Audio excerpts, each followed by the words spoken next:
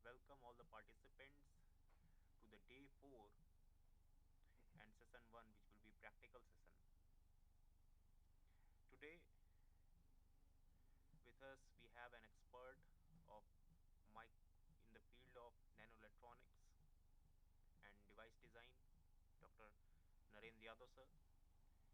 He is presently working as assistant professor in IET Deen Dayal Upadhyay University, Gorakhpur, Department of Electronics and Communication Engineering. Dr. Narendra Yadav sir has completed his graduation from UPTU and then after PG and PhD in the field of nanoelectronics from Madan Mohan Malviya Technical University. He has very good research contributions till date. He has published more than 45 research articles published in journals, SCI index journals. He have written more than 5 book chapters and contributed as technical program committee member, reviewer of different reputed journals. He is presently holding the responsibility of head of department of electronics engineering over there. He has also filed 2 patents, out which one have been granted. So we are very pleased that he has spared his time to share his expertise with us. So I request on the behalf of Electronics and Communication Engineering Department, Dr. Abhinav sir, to welcome him on the desk with a bouquet.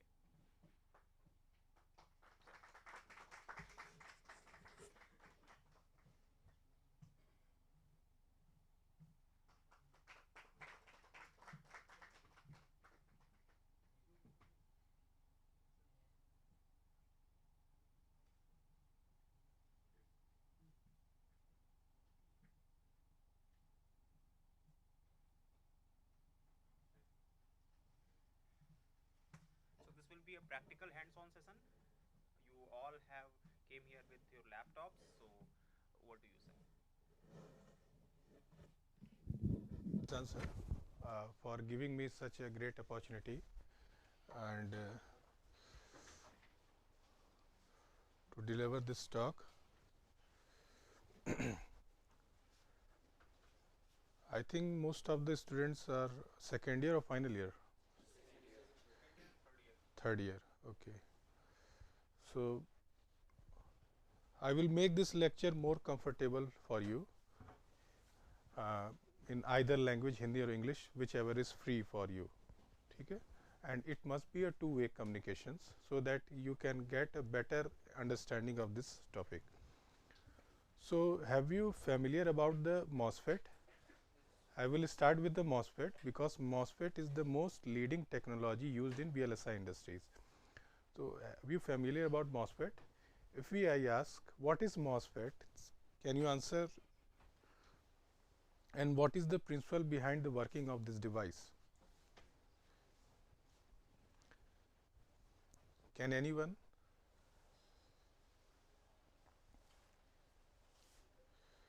Okay, no problem.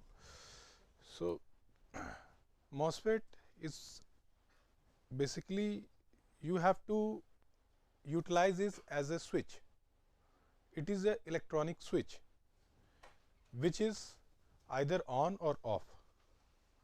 And in computers, you know, the computer has a chip which is processors. It has a million trillions of transistors which is fabricated through VLSI technology, and these transistors gets on off with their particular operating speeds, and this on off is treated as 0 or 1. So, this computer and can understand low level language. This low level language is in the form of 0 and 1, you already know. Okay? So, this 0 and 1 is come from this switching of these transistors, million trillions of transistors.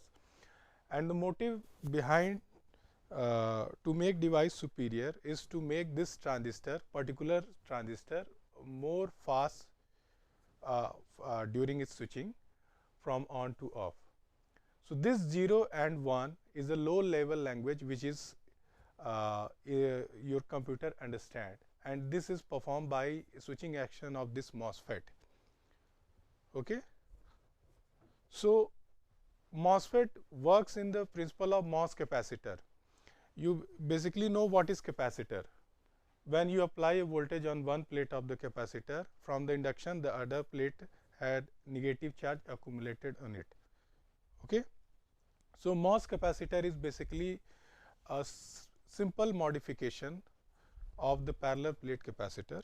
Instead of only using dielectric, we use a semiconductor layer beneath the dielectric,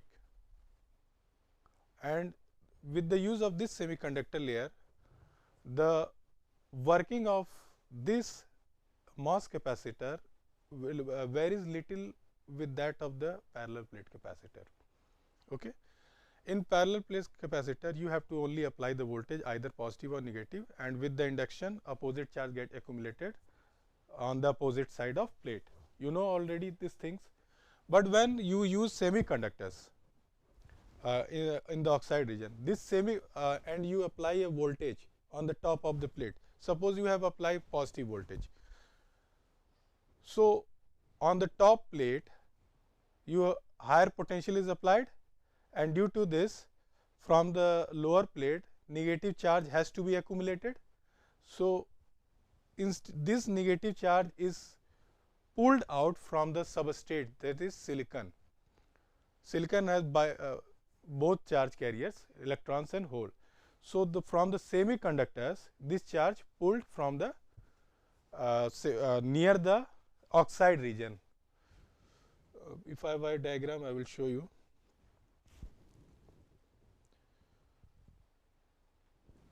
See, this is a conducting region. This is a MOSFET. This is a silicon channel or substrate. When you applied voltage here, forget about this and this region, only you focus on this region. When you applied positive voltage here, this is insulating layer. Okay, it acts as a dielectric of a parallel plate capacitor, and this is also a conducting under certain conditions, semiconductor, and again this is another terminal.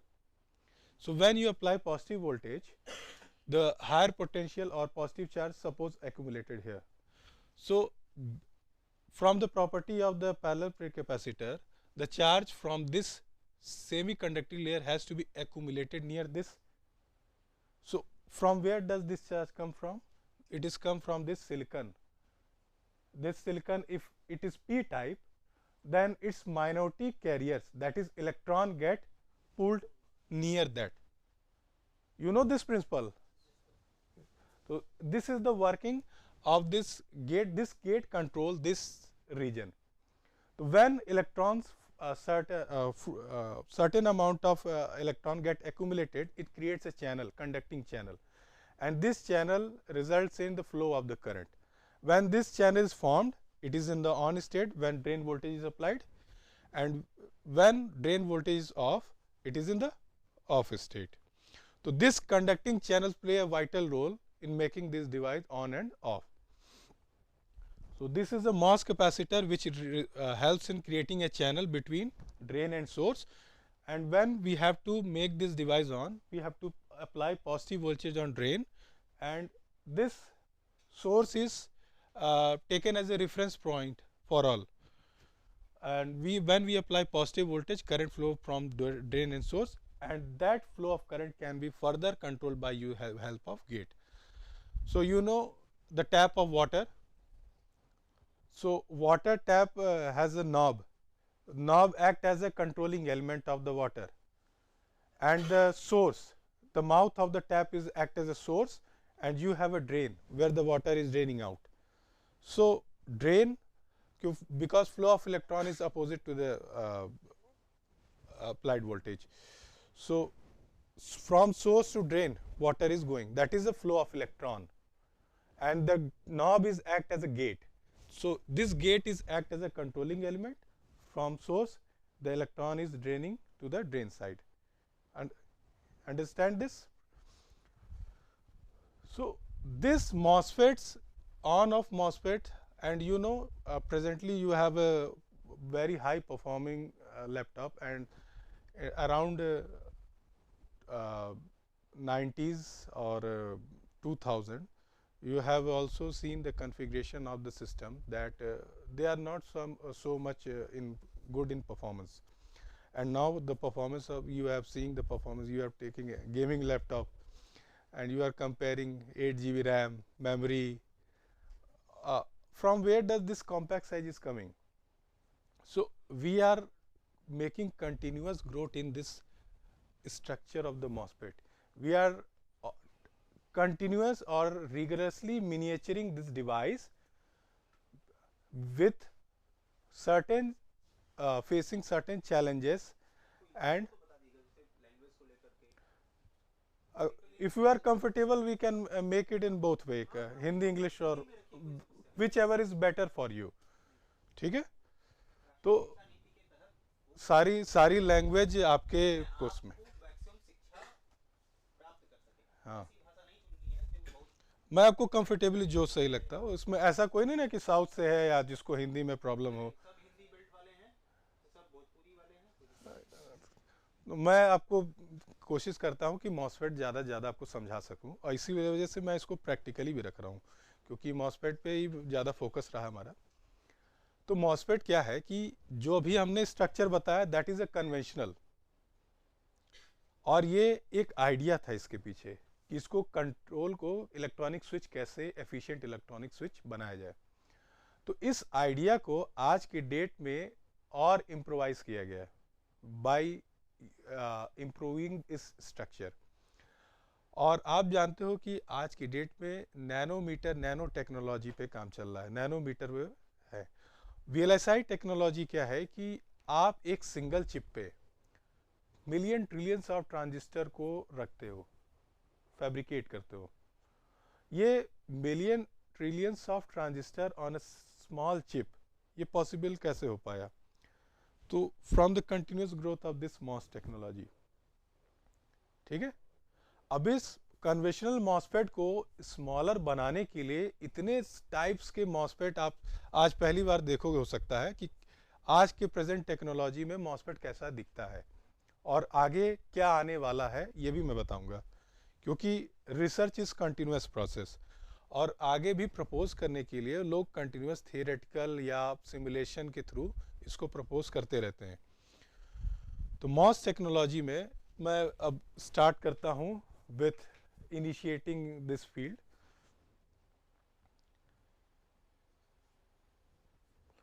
तो क्यों, जैसा कि आपका ये programme photonics से ज़्यादा related है, तो कैसे ट्रांजिस्टर टेक्नोलॉजी फोटोनिक्स में हमें हेल्प करता है, ये इसको रिलेट करते हुए देखेंगे. तो पहले हम ट्रांजिस्टर को समझ लेते हैं. अब ये देखो, ये एक टाइमलाइन है. ठीक, तो सबसे पहले जब स्विच की बात आई तो वहाँ पे वैक्यूम ट्यूब इंट्रोड्यूस हुआ. ठीक, अब ये वैक्यूम ट्यूब सबसे पहले डायोड था. अब यहाँ देखो, इसको जॉन ए फ्लेमिंग ने प्रपोज किया था. ये वैक्यूम ट्यूब कैथोड एनोड होता है, आयनाइज चैम्बर होते थे उसमें. तो ये थोड़ा सा लार्ज इन साइज होता था, और इसकी जो टाइम होता था आपको समय लेता था, मतलब, और ज़्यादा इलेक्ट्रिक वोल्टेज पे भी ये काम करता था, है ना. फिर इसके बाद जब डायोड की बात आई, फिर ट्रायोड इंट्रोड्यूस किया गया. ट्रायोड का क्या है कि 3 टर्मिनल क्या है कि कैथोड एनोड है, एक तरफ से आपने करंट फ्लो स्टार्ट किया या आयनाइज किया, दूसरी तरफ रिसीव किया. क्लोज सर्किट में ही करंट फ्लो करता है, इतना तो आप जान रहे हो. लेकिन डायोड के बाद, डायोड में कोई कंट्रोलिंग एलिमेंट नहीं था कि उस फ्लो को कैसे कंट्रोल किया जाए. तो ट्रायोड आया बाय इंट्रोड्यूसिंग थर्ड टर्मिनल, तीसरे टर्मिनल से उस फ्लो को कंट्रोल करने के बाद. तो ट्रायोड को इंट्रोड्यूस किया गया ली डे फॉरेस्ट ने. ठीक, तो ये वैक्यूम ट्यूब का एरा था अराउंड 906. फिर इसके बाद first field effect transistor introduce किया गया, लेकिन उसका फैब्रिकेशन फिजिबल नहीं था. वजह, उसको बनाने के लिए लोगों को ये सोचना पड़ा कि जैसे पैरेलल प्लेट कैपेसिटर आप जानते हो, बीच में एयर गैप भी होता है. Air gap is also act as an insulator. तो उसको फैब्रिकेट करने के लिए आइडिया जब उन्होंने दिया, तो सेमीकंडक्टर का एक लेयर लिया और मतलब उससे स्पेस जनरेट करके उसको बनाया, फील्ड इफेक्ट इंट्रोड्यूस किया. ठीक है। तो ये डिवाइस एक तरह से देखो कि फील्ड इफेक्ट बनाया बट स्टिल आइसोलेटेड है, कॉम्पैक्ट नहीं है। उसको हम इस तरीके से आज के डेट जैसे मैं यूज़ कर रहा हूँ वैसा नहीं कर सकते थे। तो उस टेक्नोलॉजी को फिर उतना आगे इम्प्रूव नहीं किया गया, तो वहाँ पे थोड़ा सा रुक गए। ठीक है, लेकिन फील्ड इफेक्ट का जूलियस ई लेलेनफील्ड ने प्रपोज दे दिया था कि कैसे बनाया जाए। फिर उसके बाद आप देखो 1940 में बेल्स लैब में, आप सभी जानते हो, ये बेसिक इलेक्ट्रॉनिक्स में पढ़े होगे कि डायोड, सॉरी, विलियम शॉकले ने ये ट्रांजिस्टर डिज़ाइन किया है। 3 साइंटिस्ट थे, बार्डीन, ब्राटेनन, जिसके लिए उनको नोबेल प्राइज भी मिला था। तो उन्होंने बेल्स लेबोरेटरी में इसको डिज़ाइन किया गया। तो बाईपोलर जंक्शन ट्रांजिस्टर में क्या था कि 3 एनपीएन सपोज करो कि emitter, base and collector. Emitter highly doped रखा जाता था ताकि उसके पास जो कैरियर हो ज़्यादा एमिट कर सके, जैसा कि नाम है। बेस क्या है कि एक मीडिया के तरह सपोर्ट करता था कि उस कैरियर्स को उठा के कलेक्टर को दे सके। तो एज अ वो रीजन उसको ज्वाइनिंग या सपोर्टिंग रीजन कहते हैं, बेस। इसको ना ज़्यादा थिक रखते हैं ना थिन, और इसकी डोपिंग भी मॉडरेट रखते हैं। फिर लाइटली डोप्ड और ज़्यादा कलेक्ट कर सके तो लार्ज एरिया का कलेक्टर विथ लेस डोपिंग रखते हैं। तो from emitter, base, collector, current के फ्लो को बेस के through, base is a reference terminal, हम लोग कंट्रोल करते हैं। ठीक, बट आप इस स्ट्रक्चर को अगर ध्यान से देखो, this is not a symmetrical. ठीक है ना, इसकी करंट ड्राइविंग कैपेबिलिटी काफ़ी अच्छी होती है बट ये स्ट्रक्चर काफ़ी सिमेट्रिकल नहीं है। तो इसको एक सिमेट्रिक ऑन चिप फैब्रिकेशन में नहीं यूज़ कर सकते।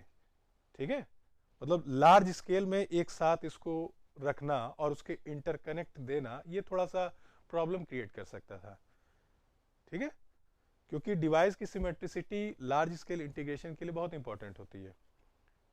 तो ये सिमेट्रिक नहीं। अगर इसको रिवर्स में काम कराओ तो वो उतने अच्छे से काम नहीं करेगा, क्योंकि वो गेन नहीं मिलेगा। क्यों? क्योंकि कलेक्टर आपका लाइटली डोप्ड है जबकि एमीटर हाईली डोप्ड है। तो वो रिवर्स में जो वो साइड से अगर काम कर उसको यूज करो तो वो उतना अच्छा नहीं काम करेगा जितना वो फॉरवर्ड में करेगा। ठीक है, तो बेसिकली एनालॉग एप्लीकेशन में स्टिल वी यूज बाइपोलर। तो जो सबसे पहला था वो जर्मेनियम का था, क्योंकि उस समय सिलिकॉन की उसको प्योरिटी के लिए वो टेक्नोलॉजी अभी डेवलप नहीं की गई थी, उसको फैब्रिकेट करने की। उसको आप क्या बोलते हो उसको, सीजे या फ्लोट, जो अच्छा भी वीएलएसआई भी नहीं पढ़ो। Crystal growing technique, crystal growth तो सुने हो ना, तो उसको क्रिस्टल ग्रोथ के लिए जो लेआउट फैब्रिकेशन वो नहीं बना था। तो जब वो रिफाइन की टेक्नोलॉजी डेवलप हो गई तो silicon is the most डोमिनेटली use technology. तो ये 1947 में इंट्रोड्यूस हुआ था। ठीक, देन हेट्रोजंक्शन। हेट्रोजंक्शन में जैसे यहाँ पे केवल जर्मेनियम का है, हेट्रोजंक्शन में आप अदर हाई मोबिलिटी ट्रांजिस्टर को एक साथ जोड़ के हेट्रोजंक्शन बनाया गया। ठीक है, जैसे इंडियम गैलियम फॉस्फाइड या इंडियम या गैलियम आर्सेनाइड, कई लेयर को जोड़ के, ट्रांजिशन लेयर को जोड़ के हेट्रोजंक्शन बाइपोलर बनाया गया। और जनरली हेट्रोजंक्शन आपके ज़्यादा फ्रीक्वेंसी में काम आते हैं। ठीक, फिर इसके बाद मॉसफेट का भी एरा स्टार्ट था। फिर MOSFET John Atalla Dawon Kahng ने दिया था। This is a general FET, जैसे कि जे फेट आप जानते हो। ठीक है, जंक्शन फील्ड इफेक्ट ट्रांजिस्टर, लेकिन इसको और एफिशिएंट बनाने के लिए metal oxide field effect transistor use किया गया। मेटल का मतलब जो आपका गेट, मेटल गेट, ऑक्साइड आपका ऑक्साइड लेयर जो कि जनरली SiO2 का होता है, और ये सिलिकॉन। और इस स्ट्रक्चर की बहुत खास बात थी, आपका जो सिलिकॉन होता है वो एयर में रिएक्ट करके ऑक्साइड हो जाए, प्रोड्यूस करता है अपने ऊपर। तो उस ऑक्साइड प्रोडक्शन की प्रॉपर्टी को एज ए एडवांटेज लेते हुए हमने उसको डाइलेक्ट्रिक लेयर में यूज़ किया, और उसके ऊपर मेटेलिक प्लेट डिपॉजिट करके हम एज ए कैपेसिटर पहले उसकी एक्शन को क्रिएट किए। फिर ड्रेन और सोर्स इंप्लीमेंट करके हमने उसको ट्रांजिस्टर, ट्रांसफर ऑफ रजिस्टर, जैसा कि नाम है। ठीक है, तो रजिस्टर एज ए एक्ट करने के लिए हमने इसको बनाया। ठीक, तो मॉसफेट फिर सबसे ज़्यादा ये इंट्रोड्यूस हुआ। अब इसकी खास बात क्या है कि एक तो स्ट्रक्चर सिमेट्रिक है, ये देखो स्ट्रक्चर सिमेट्रिक है आपका, चाहे ड्रेन को एज अ सोर्स ले लो, चाहे सोर्स को एज अ ड्रेन ले लो, ठीक। दूसरा, इसमें इसको स्केलिंग का अपॉर्चुनिटी ज़्यादा है। स्केलिंग का मतलब इसी पर्टिकुलर स्ट्रक्चर को जितना आप स्मॉलर साइज करते जाओ, उसकी प्रॉपर्टी मैक्सिमम केसेस में होल्ड की रहती है कि आप उसके जो गेट के थ्रू जो कंट्रोल है चैनल का, वो मैक्सिमम केस में बना रहता है, ठीक है। फिर सीमॉस टेक्नोलॉजी यूज किया गया, जहां पे पीमॉस और एनमॉस को एक साथ इंप्लीमेंट किया गया, और this is the most dominant technology for logic application. Logic का मतलब स्विचिंग एप्लीकेशन, आइदर ऑन और ऑफ। ट्रांजिस्टर के जनरली दो एप्लीकेशंस होते हैं, आप जानते हो ना, क्या क्या? एम्पलीफायर। तो एम्पलीफायर के लिए तो प्रिफर इसी को ही किया जाता है, क्योंकि इसकी करंट ड्राइविंग कैपेबिलिटी इसके कंपैरिजन में काफ़ी ज़्यादा होती है। लेकिन लॉजिक एप्लीकेशन के लिए CMOS technology is most dominant, क्योंकि ये ऑन ऑफ जल्दी होता है। दूसरा है, एक तो लार्ज स्केल इंटीग्रेशन में इसकी सिमेट्रिक स्ट्रक्चर, और ये पीमॉस क्यों यूज़ करते हैं, because PMOS is a strong pull up network, act as a strong pull up network. Pull up का मतलब कि आप 0 और 1 को एक रेफरेंस वोल्टेज असाइन करते हो, जैसे कि 1 को 5 वोल्ट मान लो, 0 को ग्राउंड मान लो। तो ये VDD आपका यहाँ पे 5 वोल्ट रहता है। तो जब ये ट्रांजिस्टर कनेक्ट हुआ, तो इनपुट आपका इससे कनेक्ट हुआ, आउटपुट देखो किससे कनेक्ट हो गया, 5 वोल्ट से ना, तो यानी ऑन हो गया। तो ये पीमॉस जब ऑन हो जाए, तो ये आपका डिवाइस एज ए 1 एक्ट करता है। तो ये जितना अच्छी तरीके से VDD से कनेक्ट पाथ क्रिएट करेगा, मतलब 5 वोल्ट मैक्सिमम 5 वोल्ट तक आउटपुट पे इंट्रोड्यूस कर देगा, then it acts a strong pull up network. इसी तरीके से जब ये आपका एनमॉस आउटपुट को, जब ये ऑफ हो जाएगा, ये ऑन हो जाएगा, तो आप देखो आउटपुट ग्राउंड से जुड़ गया, यानी 0 से। तो ये जितना अच्छा एज ए ग्राउंड से आपको कनेक्टिविटी देगा एनमॉस, यानी पुल डाउन, तो ये उतना ही बेटर आपको 0 रेफरेंस पॉइंट देगा। तो 1 और 0 को पुल अप और पुल डाउन स्ट्रांग नेटवर्क होना चाहिए। और एक चीज़ और, सीमॉस टेक्नोलॉजी में आप ये भी बता देता हूँ कि कभी भी पीमॉस और एनमॉस का जो विड्थ होता है ट्रांजिस्टर का, एक बराबर नहीं होता है। उसकी कोई वजह बता सकता है? जैसे ट्रांजिस्टर की जो अपनी विड्थ होगी ना कुछ, वो एक बराबर नहीं होती है। आपको ड्रेन करंट इक्वेशन याद है कुछ? नहीं याद है? लीनियर सैचुरेशन कुछ याद है? ड्रेन करंट की इक्वेशन देखो याद रहनी चाहिए सबको, बहुत बेसिक इक्वेशन है। अब कभी ऐसे आपको लगा तो लेक्चर में मैं आपको एकदम सिंपल वे में डेराइव करके बता दूं, कभी भूलेगा भी नहीं। लेकिन आज तो हम लोग इसको देख रहे हैं कि फील्ड जाता कहाँ तक। कोई बात नहीं। तो ड्रेन करंट के इक्वेशन में आप देखना कि ID is equal to W/L into KN, some transconductance factor आता है, into VGS minus VT। VGS क्या है? गेट टू सोर्स वोल्टेज है, into VDS minus VDS square by 2। This is in the form linear region. जब VGS minus VT VDS के बराबर हो जाता है तो सैचुरेशन में आता है। तो मोटिव ये है कि आपका जो ड्रेन करंट है, चाहे PMOS चाहे NMOS में, it is proportional to the W/L of that MOSFET, ठीक। अब मेरा क्वेश्चन ये था कि दोनों की विड्थ को अगर इक्वल रखते हैं तो क्यों रखते हैं, और नहीं रखते तो क्यों नहीं रखते हैं? ये कोई जवाब दे सकता है? आप क्या बोर हो रहे हो क्या? थोड़ा सा लॉजिकली सोचो, क्या इलेक्ट्रॉन और होल की मोबिलिटी इक्वल होती है? किसकी ज्यादा होती है? तो जाहिर सी बात है कि उतने एरिया में मॉसफेट जितना फास्ट काम करेगा, पीमॉस नहीं करेगा। अगर आप सिलिकॉन की बात करो तो सिलिकॉन में इलेक्ट्रॉन की मोबिलिटी अराउंड आपकी 1300 मान लीजिए सेंटीमीटर स्क्वायर पर वोल्ट सेकंड, पता नहीं आपको याद है कि नहीं। और होल की होती है 500 सेंटीमीटर स्क्वायर पर वोल्ट सेकंड। आप दोनों को जरा डिवाइड करो, इलेक्ट्रॉन की मोबिलिटी और होल की मोबिलिटी को, तो ये अराउंड आएगा 2.6। तो मिनिमम जो विड्थ होती है ये 2.6 PMOS का विड्थ बड़ा होना चाहिए ताकि दोनों इक्वली पुल अप और पुल डाउन कर सके। बात समझ में आई? मोबिलिटी को अगर इसी को डिवाइड करो, क्योंकि मोबिलिटी का फैक्टर आपके आईडी में रहता है mu N C U X upon into W by L. तो इस मोबिलिटी की वजह से ये ड्रेन करंट इक्वली फ्लो करे। यहाँ आप इधर देखो ड्रेन करंट इक्वली फ्लो करता है। तो इसको आप डब्ल्यू बाई एल रेशियो को हमेशा पी मॉस के ज़्यादा रखते हो, और 2.6 से ज़्यादा चलेगा लेकिन कम नहीं होना चाहिए। और वजह हमने सिलिकॉन के लिए बता दिया आपको, ठीक है ना। तो ये सीमॉस मोस्ट डोमिनेंट टेक्नोलॉजी है। फिर गॉर्डन मूर साहब ने कहा कि उन्होंने एक प्रिडिक्शन दिया, लॉ दिया। तो उन्होंने कहा कि जो number of transistor on a single chip doubles every 18 months, ठीक है, 2 ईयर्स कुछ बुक में लिखा रहता है कुछ, तो 18 मंथ जनरली। तो और ये स्टिल कंटिन्यू है उनका प्रिडिक्शन। फिर आप देखो यहाँ पे हेट्रोजंक्शन का तो थियरी इन्होंने दिया। फिर किल्बी ने इंटीग्रेटेड सर्किट बनाया।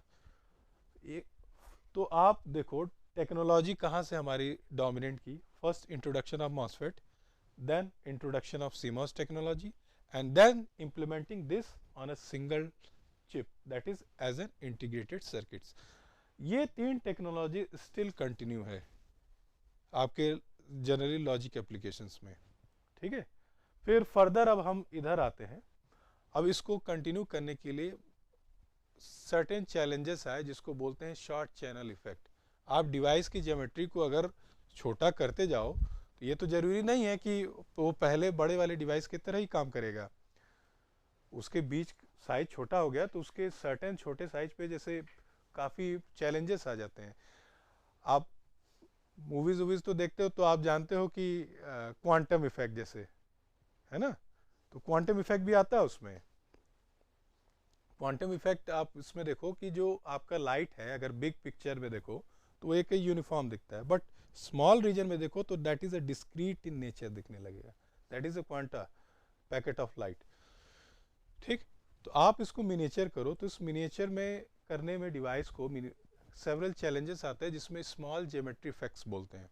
और उस स्मॉल ज्योमेट्री इफेक्ट्स को ओवरकम करने के लिए सर्टेन चैलेंजेस को इम्प्रूव करने के लिए सर्टेन टेक्निक्स इम्प्लीमेंट की, या तो चैनल के कंडक्टिविटी को बढ़ा के, या तो गेट डाइलेक्ट्रिक के इंसुलेटर की प्रॉपर्टीज़ को चेंज करके, या स्ट्रक्चर में कुछ चेंज करके, ठीक है।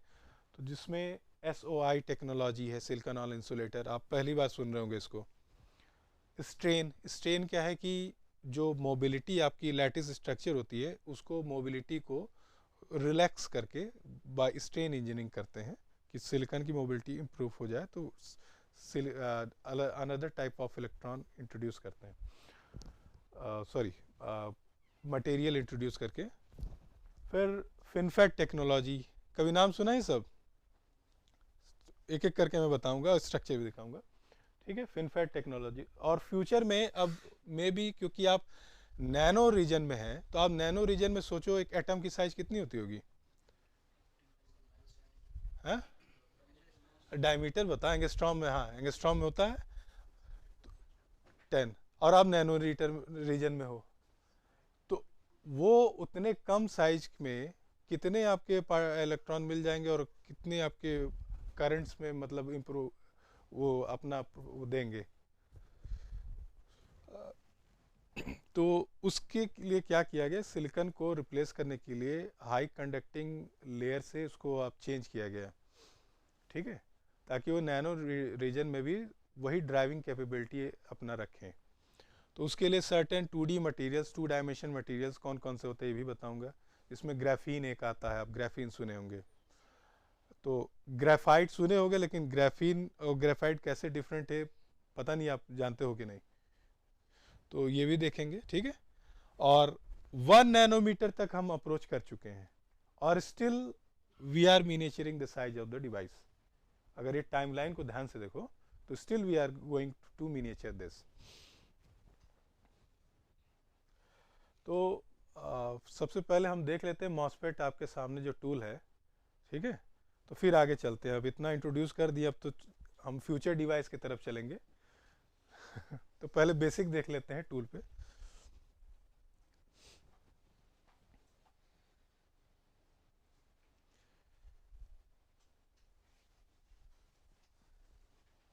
इसमें सर ने कहा किया है,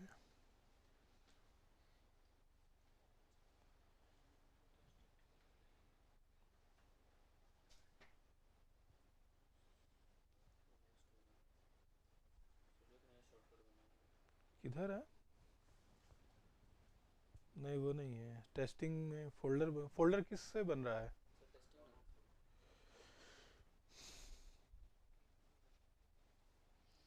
मे बी सर ने इंस्टॉल नहीं किया क्या?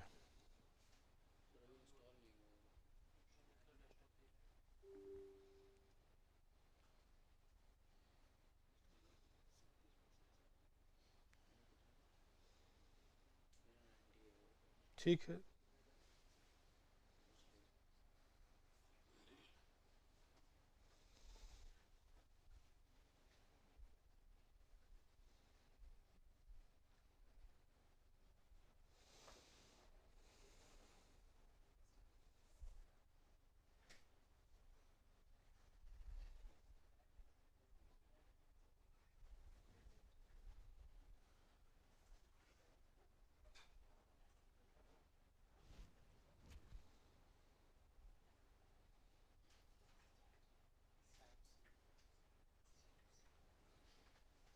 जब तक इंस्टॉल होता है तब हम आगे चलते हैं। तो डिवाइस स्केलिंग, स्केलिंग इसको करते हैं जब डिवाइस की साइज को, ज्योमेट्री को स्मॉल करने के लिए जो टेक्निक अपनाई जाती है उसको बोलते हैं स्केलिंग। और स्केलिंग जनरली दो तरह के होते हैं, कांस्टेंट वोल्टेज और कांस्टेंट फील्ड। ठीक है, आप ये जब VLSI पढ़ोगे तो वहाँ पे ये सब चीज़ें आएंगी। और ये मॉसफेट स्ट्रक्चर है, इसके बारे में हम लोग डिस्कस कर ही चुके हैं।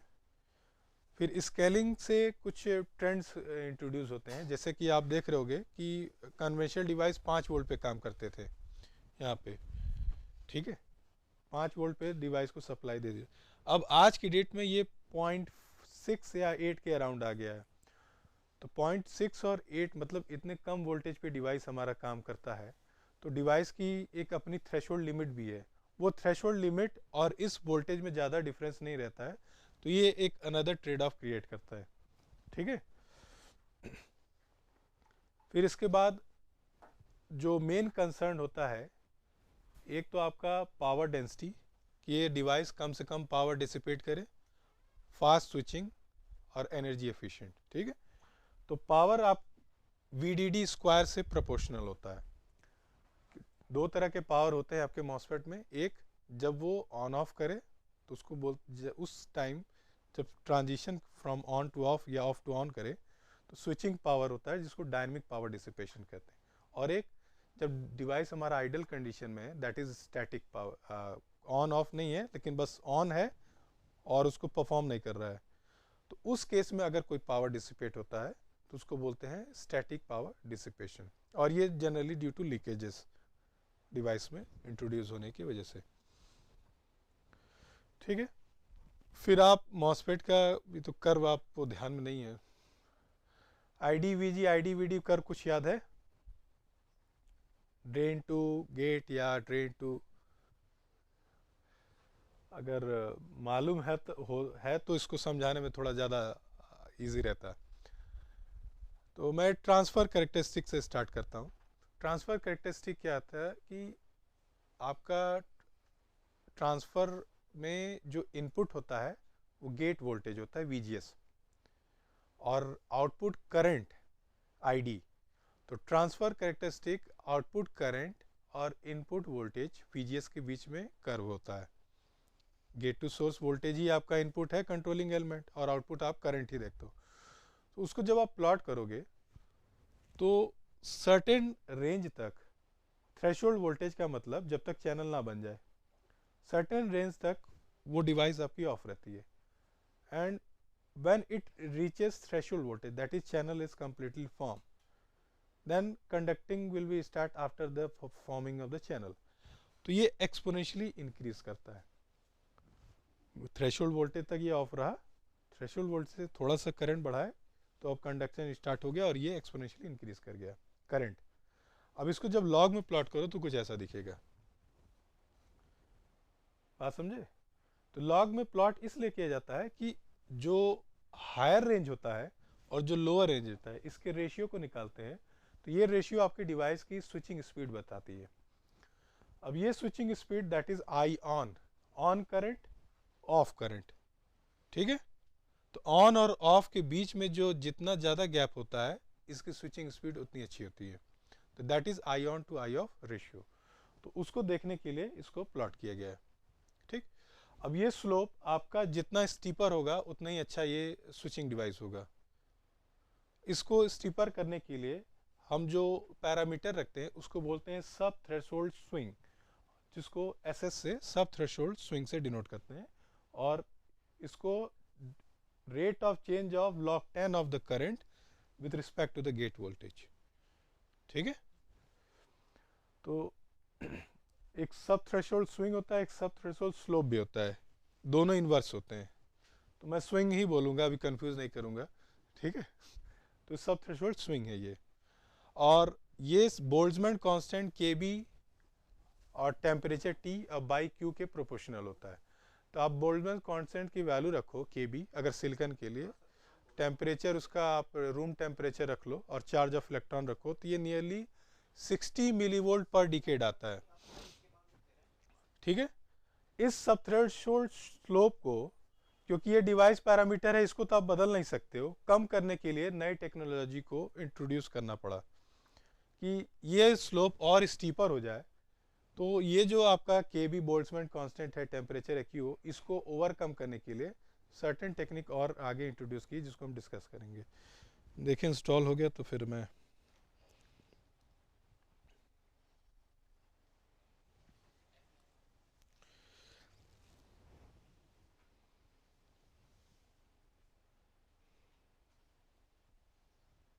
ये पाइथन बेस्ड टूल है, ठीक है? आप अगर मॉस डिवाइस को अच्छे से समझना चाहते हो विथ योर थियोरेटिकल अंडरस्टैंडिंग, ये आपके लिए बहुत बेनिफिशियल होगा। कि जैसे कि आप डिवाइस के गेट ऑक्साइड का अगर थिकनेस बदलते हो या चैनल की डोपिंग बदलते हो, तो उससे उसके परफॉर्मेंस पे क्या चेंजेस आएंगे। तो इसको आप clear, you can get clear insight for the MOS device.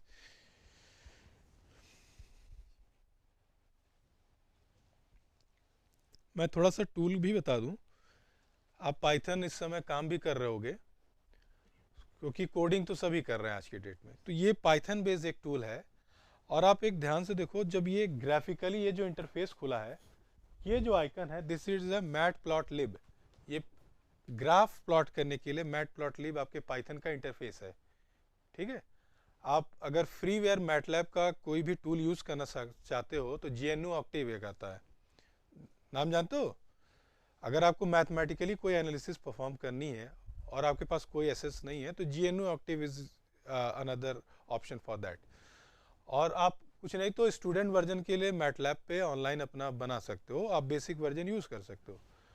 तो ये GNU ऑक्टेव में इनबिल्ट मैटप्लॉटलिब एक रहता है, और ये पाइथन में आपका एक एक्सटेंशन है मैटप्लॉटलिब ग्राफ प्लॉट करने के लिए। तो इस टूल को इस तरीके से डिजाइन किया गया है कि ये ग्राफ ऐसे खुला है मैटप्लॉटलिब पे। अब यहाँ पे आप देखो, पहला आपका मॉस कैप है, MOS capacitor, which is a basic building block of the MOSFET. MOS cap को अगर समझना है तो उसमें एन मॉस आप चैनल जब एन टाइप बने तो उससे एन मॉस बोलते हैं, ठीक है? और सबस्ट्रेट इसमें पी का होता है, और जिसमें चैनल पी का रहे उसे पी मॉस। और ये उसमें सरफेस पोटेंशियल वर्सेस ये वी होना चाहिए, वी का वोल्टेज का कर्व। फिर इसमें आपका 3 टर्मिनल मॉसफेट है। मॉसफेट जनरली 4 टर्मिनल्स का होता है, जिसमें drain, gate, source and body. जब बॉडी और सोर्स को आप शॉर्ट कर दो तो वो जनरली 3 टर्मिनल ही होता है। When you make a body and source of different potential, तो आपको 4 टर्मिनल एज ए रियलाइज करना होता है। और सीमॉस टेक्नोलॉजी अगर आप इम्प्लीमेंट कर रहे हो, सर्किट डिजिटल सर्किट बना रहे हो, वहाँ 4 टर्मिनल चाहिए। क्यों? क्योंकि आपका ड्रेन जो है VDD से कनेक्ट होना चाहिए, फ्लोटिंग नहीं होना चाहिए। पीमॉस के सबस्ट्रेट VDD से कनेक्ट होना चाहिए, और एनमॉस का सबस्ट्रेट ग्राउंड से, तभी वो 3 टर्मिनल एक्ट करेगा। तो वहाँ पे टर्मिनल चेंज करने के लिए हमें 4 चाहिए होते हैं जब आप सीमॉस सर्किट बनाओगे। तो 4 टर्मिनल का भी एनालिसिस हम करते हैं जब सबस्ट्रेट और सोर्स को डिफरेंट पोटेंशियल पे रखते हैं। तो 3 टर्मिनल से स्टार्ट करते हैं। आपको 3 टर्मिनल में एनमॉस अगर सपोज लेना है तो आप एनमॉस पे क्लिक करो।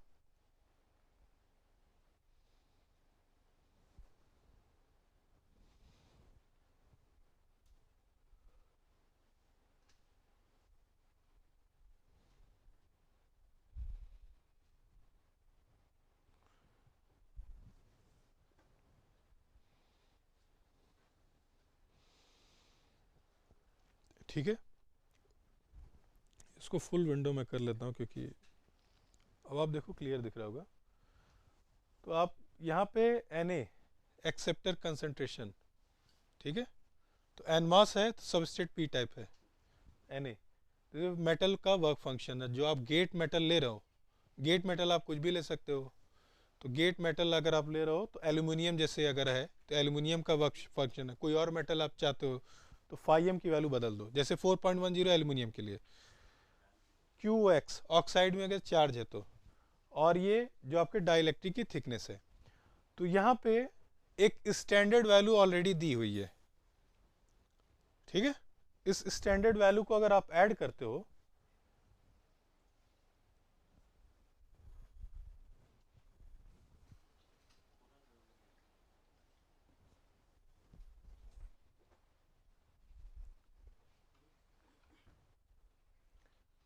ये वर्क नहीं कर रहा है,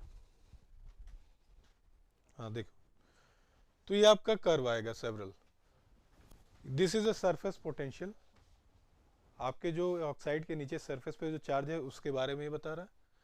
और ये चैनल में पोटेंशियल के बारे में, ये चैनल में चार्ज कितने हैं, ये आपके चार्ज और डिफरेंट उस पे है।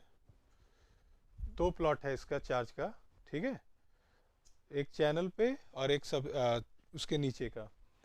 और ये आपका जो वोल्टेज है और चार्ज का डिफरेंशियल है। तो ये आपके अभी इतने काम का नहीं है क्योंकि ये जनरली रिसर्च में हम लोग इसको देखते हैं सरफेस पोटेंशियल में चार्जेस को इम्प्रूव करने के लिए, ठीक है। हाँ सर, ये सरफेस पे जो चार्ज है उसको डिनोट कर रहा है, ठीक है। और ये चैनल में हमारे, सॉरी, सरफेस का जो पोटेंशियल है फाइएस, सरफेस पोटेंशियल जिसको बोलते हैं। और ये उस पे जो हमारे चैनल में जो चार्जेस आ रहे हैं Q, ठीक है। Q आपका देखिए, Q इन सेंटीमीटर स्क्वायर इंटू 10⁻², ठीक। ये भी ऑलमोस्ट सेम ही है, ठीक है। ये आपका इन्वर्जन एक चार्ज होता है, एक एक्यूमुलेशन होता है, दो तरह के चार्ज होते हैं डिफरेंट के लिए। फिर इसके बाद आपका रेट ऑफ चार्ज और वोल्टेज, अप्लाइड वोल्टेज में क्या रेशियो है, मतलब rate of change of charge with respect to this gate voltage, ठीक है। आप वोल्टेज जो अप्लाई कर रहे हो उसके रिस्पेक्ट में चार्ज कितने तरीके से वेरी करता है, तो दिस कर्व शो दिस, ठीक। फिर इसके बाद अगर आप, ये तो एनमॉस का है, इसी तरीके से अगर आप पीबॉस के देखो तो चार्ज आपका अपोजिट हो जाता है, ये कर्व डिफरेंट हो जाएगा। और 4 टर्मिनल में आप देखो तो वो ज़्यादा आपको क्लियर दिखेगा। जैसे मैं अभी बात कर रहा था IDVGS का, एनमॉस का, तो इसको देखते हैं हम। अभी मैंने IDVGS का कर्व बताया था कैसा दिखेगा।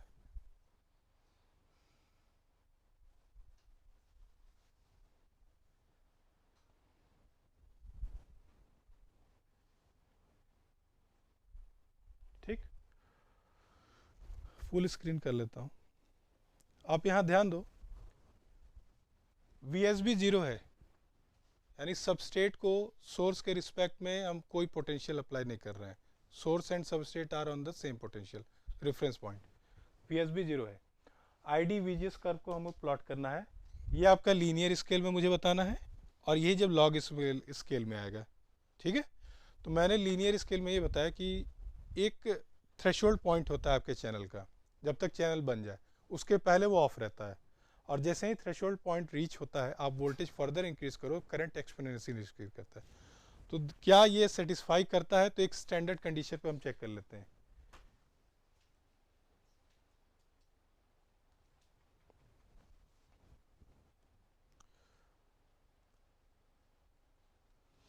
आप ये W/L रेशियो चेंज कर सकते हो।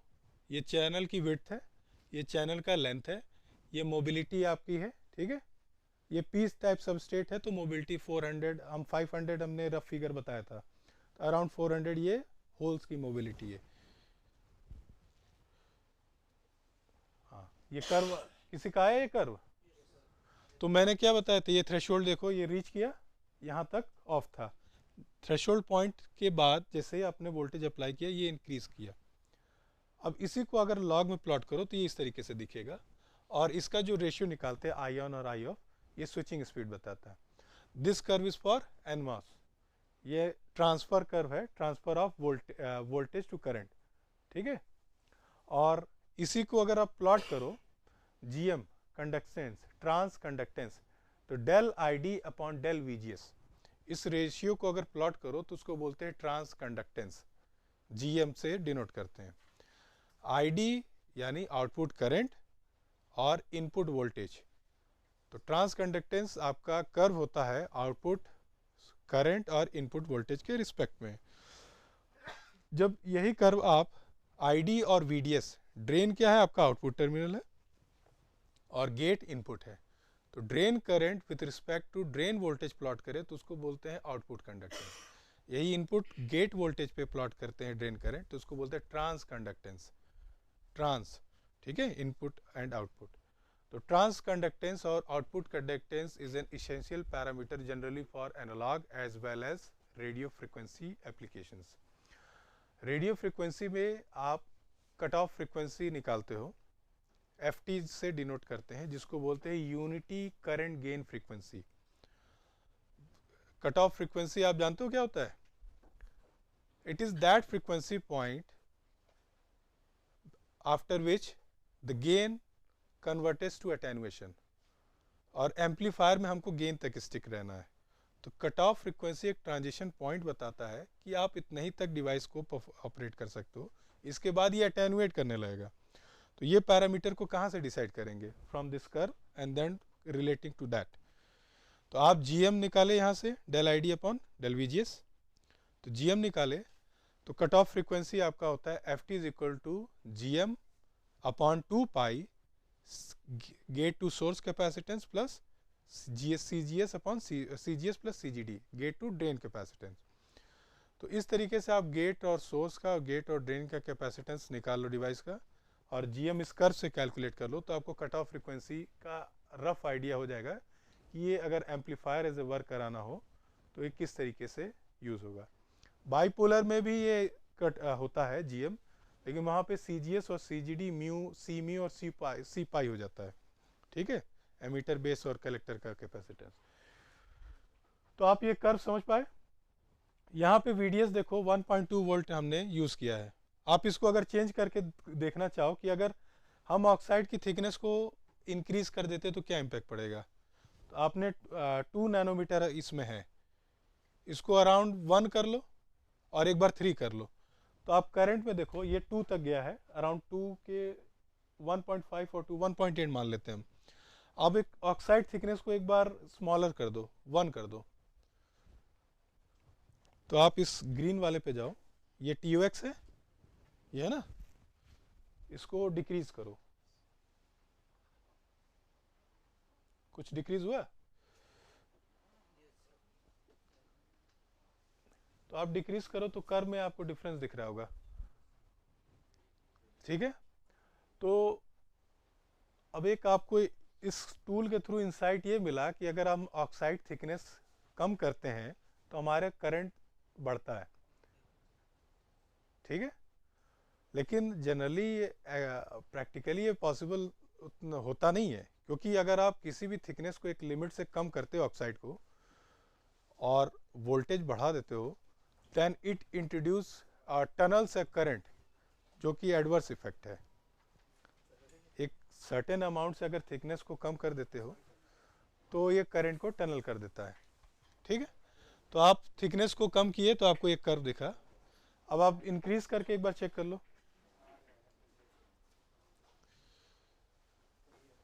this is 1.78, a slight change will help in increase in current। हाँ, अब अब थिकनेस आप इंक्रीज करोगे तो आप देखो कर्व में ये ब्लू हमारा रेफरेंस लाइन है, तो ये रेफरेंस लाइन से अब करंट हमारा डिक्रीज हो गया, ठीक है। Now change the drain to source voltage, then see what impact you will see. Here VDS is 1.2। अगर आप VDS को डिक्रीज करते हो तो अगेन करंट आपके हिसाब से इंक्रीज करना चाहिए डिक्रीज, डिक्रीज ही करना चाहिए, क्योंकि आप ड्रेन के थ्रू ही तो करंट को फ्लो कर रहे हो। तो अगर ड्रेन के वोल्टेज को हम घटाते हैं, आप इसीलिए मैं कह रहा था मॉसफेट की करंट की इक्वेशन को आप पेपर में कहीं लिख लो, उसके रिलेट करोगे तो आसान रहेगा। तो मैं इसको डिक्रीज करता हूं और ब्लू हमारा रेफरेंस पॉइंट है। आपको डिक्रीज दिखा कुछ, है ना। अब इसी ड्रेन करंट को इंक्रीज करो,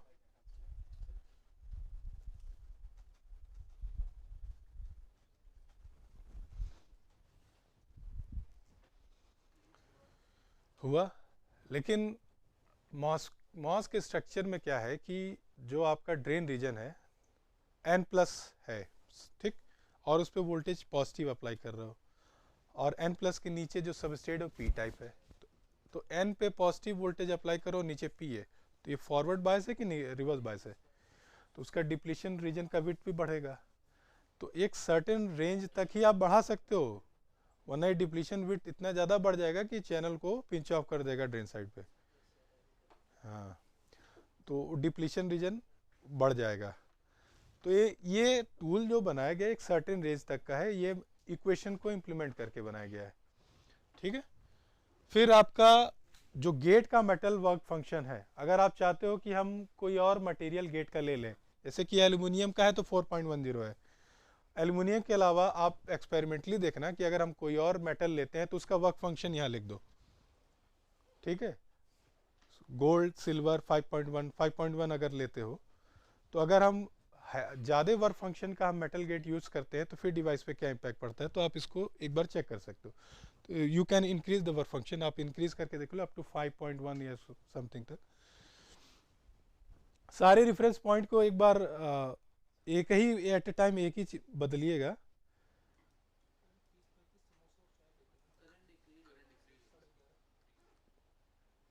सारे पैरामीटर्स को पहले इनिशियल पोजीशन, आपने वर्क फंक्शन बढ़ाया, ठीक है।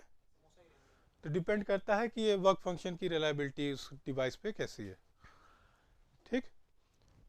सिमिलरली QX क्या है, आपका ऑक्साइड में अगर चार्ज है प्रेजेंट, जो आपका इंसुलेटर है उसमें अगर ऑलरेडी पहले से चार्ज मौजूद हुए, तो इस पे आप मॉस कैपेसिटर में जो आपके ऑक्साइड से रिलेटेड गेट में भी क्वेश्चन कुछ आए थे, तो उसमें इंटरफेस या ट्रैप चार्जेस अगर इंसुलेटर में फैब्रिकेशन के दौरान आ जाते हैं तो उसकी जो कंट्रोलिंग कैपेबिलिटी उसमें थोड़ा सा वेरिएशन आ जाता है। आपका इंसुलेटर में अगर कुछ ऑक्सीडेशन की वजह से कुछ चार्जेस इंट्रोड्यूस हो जाते हैं, तो दैट वो एनालिसिस अगर करना है तो उस QX से कर सकते हो, ठीक है। तो अगर हमारे ऑक्साइड में चार्ज बढ़ जाते हैं, ठीक है, तो उस पर डिपेंड करता है ये। इसको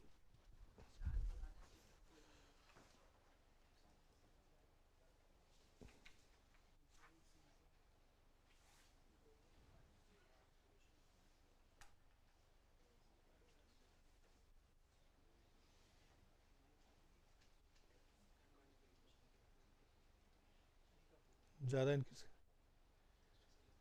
मे भी इसको ज़्यादा इंट्रोड्यूस नहीं हो पाया, ठीक है। अब दूसरी बात आती है जो कि इम्पोर्टेंट पैरामीटर होता है CMOS डिज़ाइन में, W/L रेशियो को चेंज करना, ठीक है। तो W/L रेशियो हमारा 10-10 है। विड्थ को अगर इंक्रीज करते हैं तो करंट हमारा W के डायरेक्टली प्रोपोर्शनल होता है लेंथ के इन्वर्सली। तो अगर आप विड्थ को 20 करते हो तो देखो करंट बढ़ेगा, ठीक है, W/L रेशियो को।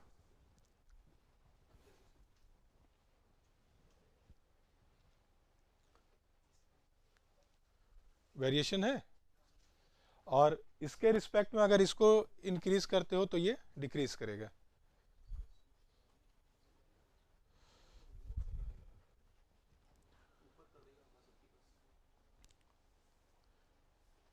ठीक, तो CMOS टेक्नोलॉजी में मैंने ये भी बताया कि ये पी टाइप सबस्टेट है, तो यहाँ म्यू आपकी होल की मोबिलिटी सबस्टेट की ली गई है। आप मोबिलिटी को इंक्रीज कर लो,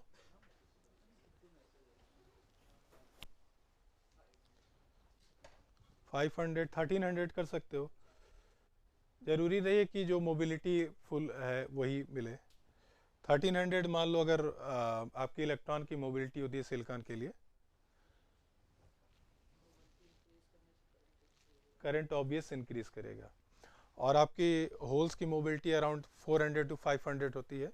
तो इस वजह से जब भी CMOS आप इम्प्लीमेंट करो तो यहाँ पे करंट का जो मोबिलिटी से रिलेशन है, तो PMOS की विड्थ अब 1300 मैंने बताया था उसका म्यू एन, और आपकी म्यू पी 500, तो 2.6 मिनिमम आपका लेंथ में डिफरेंस होना चाहिए।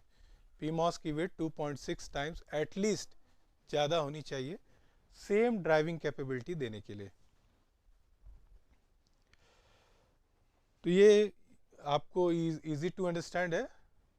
आप इसको जैसे ग्रेट क्लियरली अगर समझना चाहते हो तो ये देख सकते हो खुद से करके। इसी तरीके से आप PMOS का भी कर सकते हो।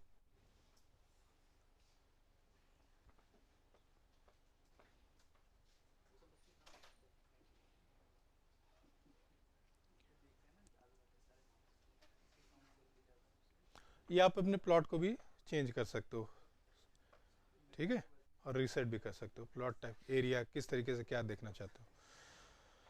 तो ये पाइथन बेस्ड जनरली टूल है।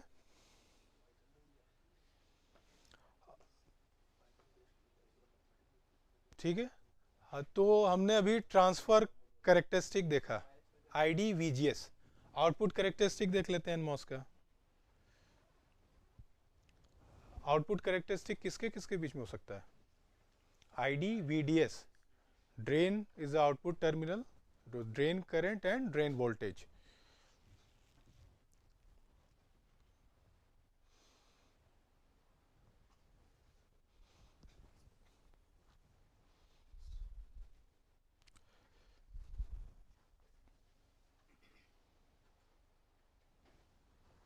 ओके, तो इन आप प्रीवियसली अगर देखे होगे ध्यान से, यहाँ पे VDS आपकी टाइम वेरिंग है, और एक कांस्टेंट VGS पे उसको प्लॉट कर रहे थे। यहाँ पे हम कांस्टेंट VDS पे प्लॉट कर रहे थे, यहाँ पे कांस्टेंट VGS पे हम इसको प्लॉट करेंगे। तो VGS हमने यहाँ 1 वोल्ट एज्यूम कर लिया है, और इसको स्विप कर रहे हैं आप ड्रेन टू सोर्स वोल्टेज को। Oxide thickness again we have taken 2 nanometer, ये स्टैंडर्ड इन्होंने डाटा दिया है। एक्सेप्टर का आपका कंसंट्रेशन है 5 इंटू 10⁻3। वर्क फंक्शन एल्यूमिनियम का ही ले रहे हैं, और ऑक्साइड में कुछ चार्जेस, और ये W/L रेशियो आपका बराबर रख रहे हैं 10/10।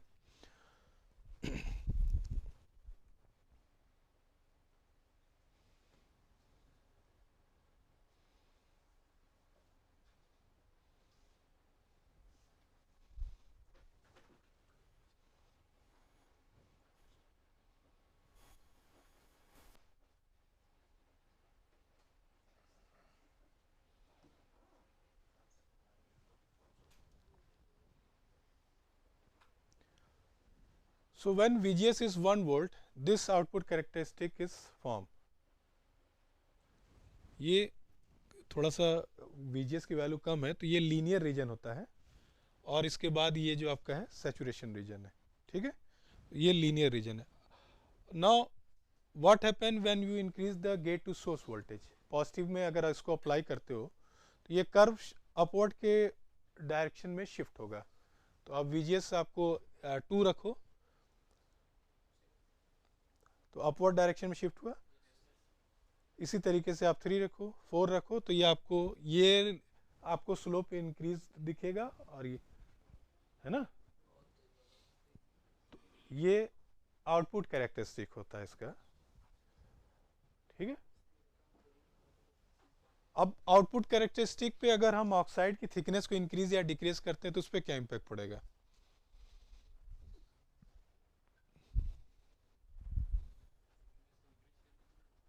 घट रहा है, ठीक है, और डिक्रीज करते तो अच्छा, ये कोई आप को रिलेट कर सकते हो कि why with increase in the oxide thickness current is decreases?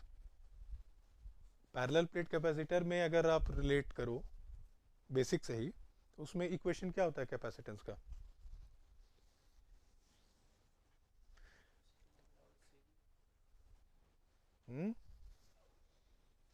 Parallel plate capacitance का इक्वेशन तो याद होना चाहिए। तो C is equal to epsilon naught, या आपका अगर कोई और डाइलेक्ट्रिक है तो epsilon into A upon D, area upon thickness.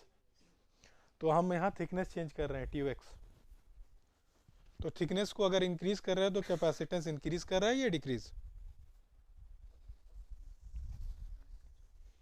C is equal to epsilon, dielectric constant अगर बढ़ाओगे तो कैपेसिटेंस बढ़ेगा, तो थिकनेस इंक्रीज करोगे कैपेसिटेंस डिक्रीज करेगा, ठीक है। And C is equal to QV, ठीक।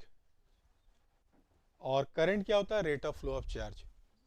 तो कैपेसिटेंस इंक्रीज किया, चार्ज बढ़ा, और आपका करंट क्या है? Rate of flow of charge, यानी करंट की रेट बढ़ी, सॉरी क्यू, चार्ज बढ़ा। अब तो आप C अगर बढ़ रहा है तो चार्ज बढ़ रहा है और वो बढ़ रहा है, तो थिकनेस बढ़ाने पे आपका C क्या हुआ? घटा, चार्ज घटा और करंट, रिलेट कर पाए, ठीक है। तो बेसिक रिलेशन से भी आप कर सकते हो, एग्जैक्ट एनालिसिस नहीं पता चलेगा लेकिन एक ब्रीफ आपको मिल जाएगा। तो थिकनेस और करंट में ये रिलेशन आपका है, ठीक है। फिर आप डोपिंग कंसंट्रेशन अगर चेंज करते हो तो क्या होगा?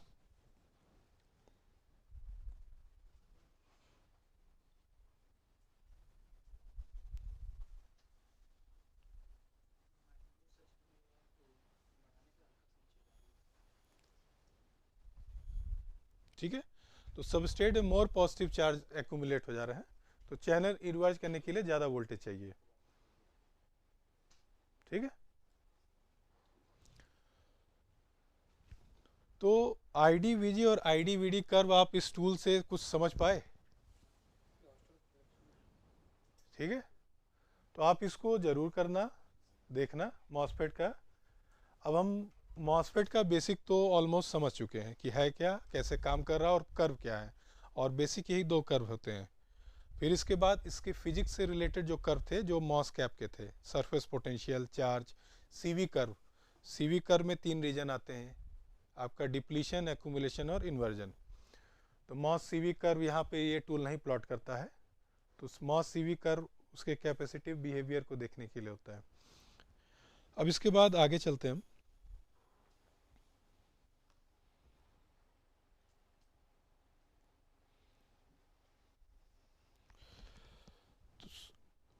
स्केलिंग के बाद डिवाइस में सेवरल चैलेंजेस आते हैं, तो उस सेवरल चैलेंजेस में क्या क्या शॉर्ट चैलेंजेस होते हैं, वो इश्यूज होते हैं, वो देखते हैं।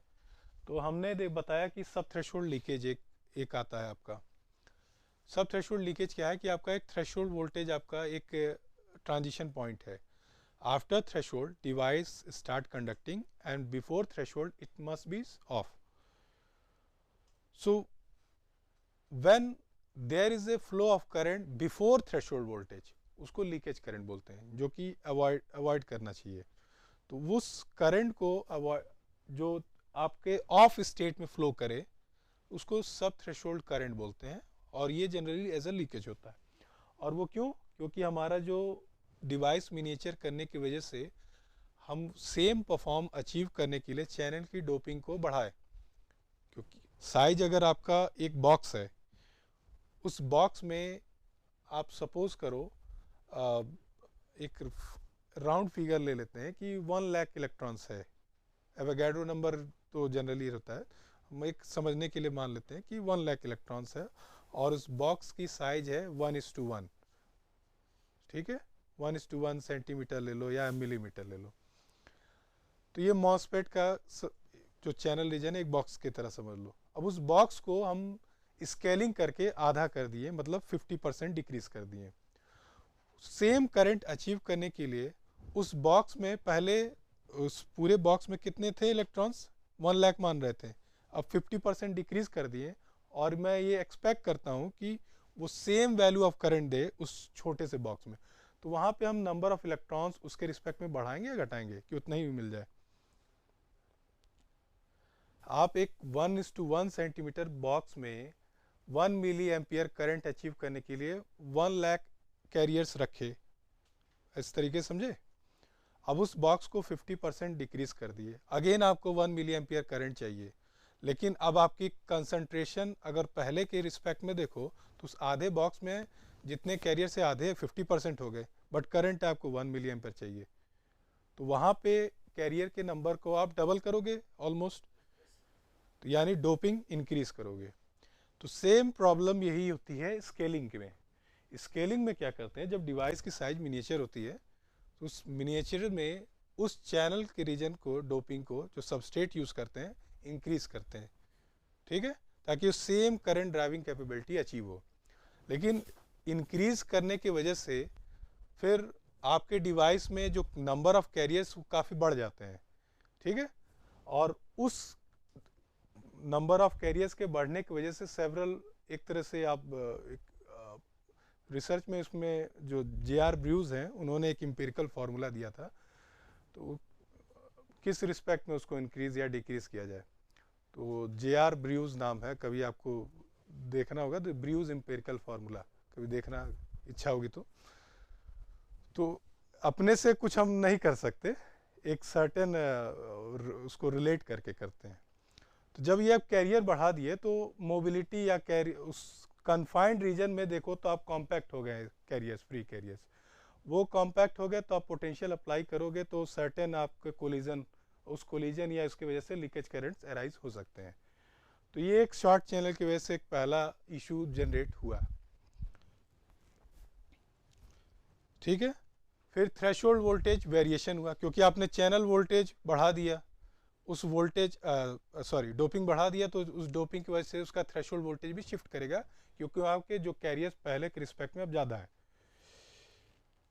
ठीक है। मोबिलिटी डिग्रेडेशन, अब एक कन्फाइंड रीजन में ज़्यादा से ज़्यादा कैरियर्स हो गए, उनको एक फ्रीली मूव करने का उतना सही पाथ नहीं मिलेगा, तो मोबिलिटी क्या होता है कि इलेक्ट्रॉन एक दूसरे से कोलाइड करते हैं, और वो मोबिलिटी नहीं अचीव हो पाती जो पहले डिवाइस में हमें मिलती थी, तो मोबिलिटी डिग्रेड कर जाता।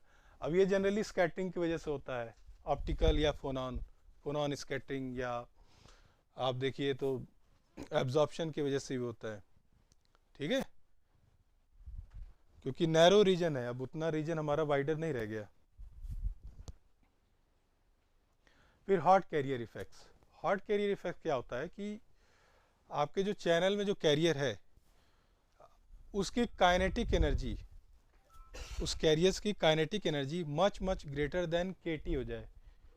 ये केटी आपका बोल्ट्जमैन कांस्टेंट है और टेम्परेचर टी है, केल्विन में लेते हैं। तो ये कैरियर इतनी ज़्यादा एनर्जी, काइनेटिक एनर्जी अटेन करता है कि वो किसी से भी कोलाइड करे तो उसको उसके बॉन्ड से बाहर धकेल देता है, ठीक है, और वो कभी कभी इस स्पीड में रहता है कि यहाँ डिवाइस से लेके वो ऑक्साइड में चला जाता है। अब ये ऑक्साइड में अगर ये कैरियर यहाँ से चला गया तो इस जो हमारा इंसुलेटिंग लेयर उसको डैमेज कर देता है। अब ये परमानेंट डिवाइस डैमेज को इंट्रोड्यूस कर देता है, ठीक है, हॉट कैरियर इफेक्ट्स। तो इसको ओवरकम करने के लिए यहाँ पे हाईली डोप्ड हम रीजन इंट्रोड्यूस करते हैं, ठीक है, जिसको हैलो डोप्ड रीजन बोलते हैं। तो मॉसफेट में फर्दर जो रिसर्च हुआ तो इसको ओवरकम करने के लिए एक टेक्निक यूज़ की जिसको बोलते हैं हैलो डोप्ड रीजन। तो यहाँ पे एक हाईली डोप्ड रीजन चैनल के आइदर साइड ड्रेन और सोर्स में लगा देते हैं, जिसकी वजह से इस ब्रेकेज को थोड़ा सा ओवरकम कर लेता है। फिर ड्रेन टू सोर्स और ड्रेन टनलिंग, ठीक है। फिर यहाँ पे क्योंकि रीजन हमारा काफ़ी थिन हो जाता है डिप्लीशन, आप एक देखो पीएन जंक्शन बनता है, N+ आपका ड्रेन है और नीचे P टाइप सबस्ट्रेट है, तो उसके बीच में एक डिप्लीशन रीजन आएगा, इसी तरीके सोर्स साइड में आएगा। जब ये साइज आप स्मॉलर कर दो और कैरियर की वैल्यू कंसंट्रेशन इंक्रीज कर दो, तो आप टनल डायोड का अगर आपको प्रिंसिपल याद होगा, डीजेनरेटेड सेमीकंडक्टर या कुछ ऐसा है कि काफ़ी हैवी डोपिंग कर दो तो डिप्लीशन थिन हो जाता है। तो हम डोपिंग तो चैनल की बढ़ा ही दिए, तो डिप्लीशन रीजन चैनल साइड काफ़ी थिन हो जाता है, जिसकी वजह से ड्रेन और सोर्स में थोड़ा सा करंट बढ़ाने में वो टनल कर जाता है इलेक्ट्रॉन। ठीक है, ये डायरेक्ट टनलिंग का गेट्स के थ्रू भी होता है। अगर ऑक्साइड थिकनेस सिलिकॉन, क्योंकि जनरली हम SiO2 लेते हैं, ऑक्साइड थिकनेस को अगर 2 नैनोमीटर से हम कम करते हैं, when you decrease the oxide thickness below 2 nanometer, तो ये इतना केपेबल एनफ नहीं होता है कि ये एज अ परफेक्ट इंसुलेटर काम कर सके मेटल गेट और सिलिकॉन में। तो और दूसरा आप कंसंट्रेशन भी इंक्रीज कर दिया, तो ये इलेक्ट्रॉन को सिलिकॉन से गेट के थ्रू टनल कर जाते हैं। और ये टनलिंग के जनरली कई फिनोमेना होते हैं। इसमें आप डायरेक्ट टनलिंग होता है, एक फॉलर नॉर्डेम और एक बैंड टू बैंड। ठीक है, और मोस्ट डोमिनेटिंग डायरेक्ट टनलिंग ही होता है। तो इस चीज़ को ओवरकम करने के लिए, क्योंकि जो डाइलेक्ट्रिक स्ट्रेंथ है सिलिकॉन की 2 नैनोमीटर पे वो उतनी अच्छी नहीं होती है, तो हाई के डाइलेक्ट्रिक इंट्रोड्यूस किया गया, जिसकी वजह से डाइलेक्ट्रिक की थिकनेस को बढ़ा दी जाए और सेम इंसुलेशन लार्ज थिकनेस में अचीव हो जाए। क्योंकि थिन लेयर की वजह से टनलिंग इंट्रोड्यूस हो रहा था, तो वहाँ पे हाई के डाइलेक्ट्रिक कांस्टेंट को यूज़ किया गया, जिसमें HFO2 मोस्ट डोमिनेटिंग टेक्नोलॉजी थी, हैफनियम ऑक्साइड। ठीक है, और अराउंड 10 डिकेड तक हैफनियम ऑक्साइड इंट्रोड्यूस किया गया। अब चैलेंज क्या आया कि आपका जो सिलिकॉन है वो inherent behaviour of self oxidation, इसकी वजह से SiO2 लेयर ग्रो करना इजी था फैब्रिकेशन में। तो यहाँ पे दूसरे मटेरियल का डाइलेक्ट्रिक कांस्टेंट को इंट्रोड्यूस करने के लिए फैब्रिकेशन कॉस्ट भी बढ़ा, और HFO2 को उस लेयर पे इंटरफेस करने के लिए भी सेवरल चैलेंजेस ऑब्जर्व किए गए। ठीक है,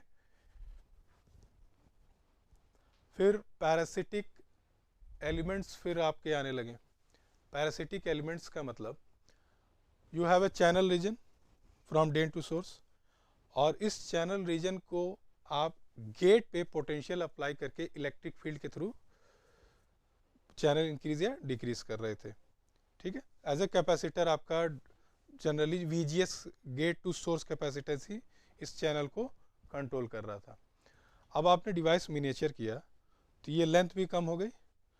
तो आप ध्यान से देखो कि ड्रेन साइड और सोर्स साइड भी एक कैपेसिटेंस बिहेवियर इक्वली गेट के बराबर होने लगा। तो जो कंट्रोल वो कैपेसिटेंस गेट की वजह से चाहिए होता है, उस पे ये ड्रेन और सोर्स भी इम्पैक्ट देने लगे। तो ये जो कैपेसिटेंस था, ये ड्रेन और सोर्स की वजह से ये parasitic capacitance, adverse capacitance introduce हुए।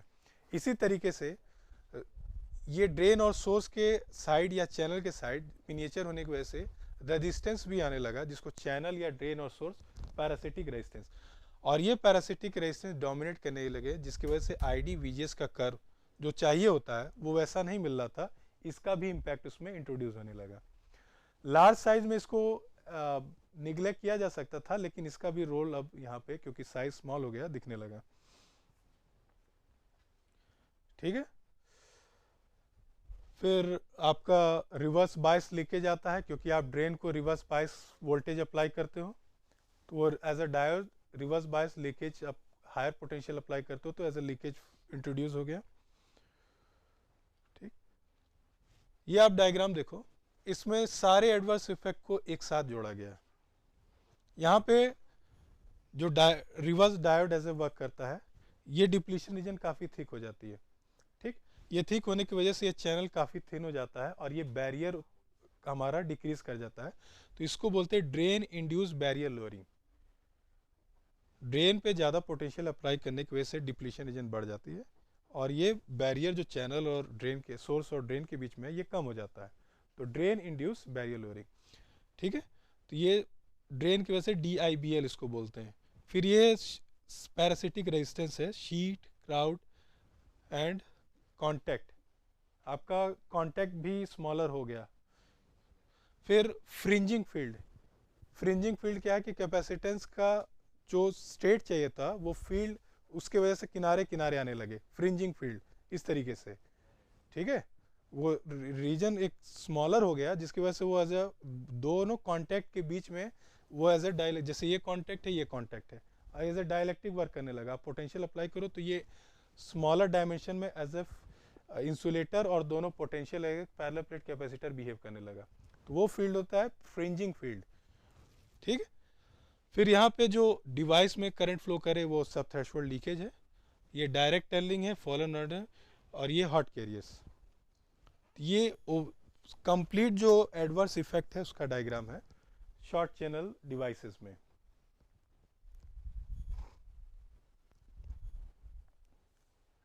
ठीक है, ये सारे लीकेजेस हैं जो हम डिस्कस कर चुके हैं। जनरली 4 तरह के होते हैं। गेट लीकेज टनलिंग की वजह से, चैनल लीकेज आपके सब थ्रेशोल्ड में फ्लो करते हैं और ये बैरियर कम होने की वजह से, ड्रेन इंड्यूस्ड बैरियर लोअरिंग की वजह से। फिर आपका जंक्शन लीकेज है जो reverse diode of drain region की वजह से, और यहाँ पे भी गेट का बैंड टू बैंड टनलिंग की वजह से। अब इस इशू को ओवरकम करने के लिए सेवरल इंजीनियरिंग किए गए। पहला तो इलेक्ट्रोस्टैट। इलेक्ट्रोस्टैट क्या है कि गेट आप पोटेंशियल अप्लाई किए तो वो वर्टिकल इलेक्ट्रिक फील्ड जनरेट करता है। तो एक आपका सर्टेन रीजन है, उस रीजन पे इलेक्ट्रिक फील्ड आप ऊपर से अप्लाई किए और फिर उसको मिनिएचर करते गए, तो वो same strength of electric field नहीं मिलेगा क्योंकि आप डायमेंशन भी कम कर दिए। तो इस इलेक्ट्रिक फील्ड भी आपकी कम होती गई, यानी गेट की कंट्रोलेबिलिटी डायमेंशन के साथ घटती गई। बात समझ पा रहे हो? आप एक रीजन में, इतना बड़ा रीजन है, उसमें पोटेंशियल अप्लाई किया, वो इलेक्ट्रिक फील्ड डाउनवर्ड दिया, अब आपने एरिया का डायमेंशन कम कर दिया और स्ट्रेंथ वही रह गई इलेक्ट्रिक फील्ड की। तो अब कंट्रोलेबिलिटी या चैनल पे आप गेट कम होता गया। तो उस कंट्रोलेबिलिटी को इम्प्रूव करने के लिए इलेक्ट्रोस्टैटिक्स बिहेवियर चेक किया गया कि क्या क्या चीज़ें हो सकती हैं। दूसरा, आपका मोबिलिटी भी चैनल में डिक्रीज की, तो उसको ओवरकम करने के लिए ट्रांसपोर्ट पे देखा गया। तो इलेक्ट्रोस्टैटिक बिहेवियर को सबसे पहले ओवरकम करने के लिए इफेक्टिव ऑक्साइड थिकनेस, जिसमें हाई के डाइलेक्ट्रिक यूज़ किया गया, ठीक है, डाइलेक्ट्रिक कांस्टेंट को स्ट्रेथन किया गया। दूसरा क्या है, सिलिकॉन ऑन इंसुलेटर। आपका जो चैनल है उसको एक सिलिकॉन इंसुलेटर पे इंट्रोड्यूस किया गया, ठीक। सिलिकॉन इंसुलेटर पे अभी डायग्राम आगे आएगा। इंट्रोड्यूस करने की वजह से जो ड्रेन का प्रॉब्लम आता था बैरियर लोअरिंग का, वो इम्प्रूव हुआ। फिर इसकी वजह से फिन टेक्नोलॉजी। फिन क्या है? First 3D transistor. जो टेक्नोलॉजी थी वो प्लेनर थी, अब ये 3 डायमेंशन हो जाएगा। फिर नैनो वायर, नैनो शीट, फिर सिंगल वायर नैनो ट्यूब, ये 2D आपका चैनल है। और फिर इसके बाद जर्मेनियम या 3-5 जो आपके फैमिलीज हैं पीरियोडिक टेबल में, उसका यूज़ करके आपको मॉसफेट बनाना। यहाँ पे देखो तो ये बीच में क्या है, ये सोर्स है और इधर से ड्रेन है। तो रेड का मतलब हम चैनल रीजन को चेंज कर रहे हैं, मतलब चैनल रीजन में इंजीनियरिंग कर रहे हैं। तो चैनल रीजन में इंजीनियरिंग कर रहे हैं तो इसमें चैनल को बदल रहे हैं। यहाँ पे गेट को चेंज कर रहे हैं कंट्रोलिंग के लिए। रेड आपको जो है वो बता रहा है कि किस मैकेनिज्म पे हम चेंजेस या इंट्रोड्यूस कर रहे हैं बिहेवियर को इम्प्रूव करने के लिए। यहाँ पे स्ट्रक्चर में चेंज कर रहे हैं, तो यहाँ 2 आपको गेट दिख रहा होगा, डबल गेट।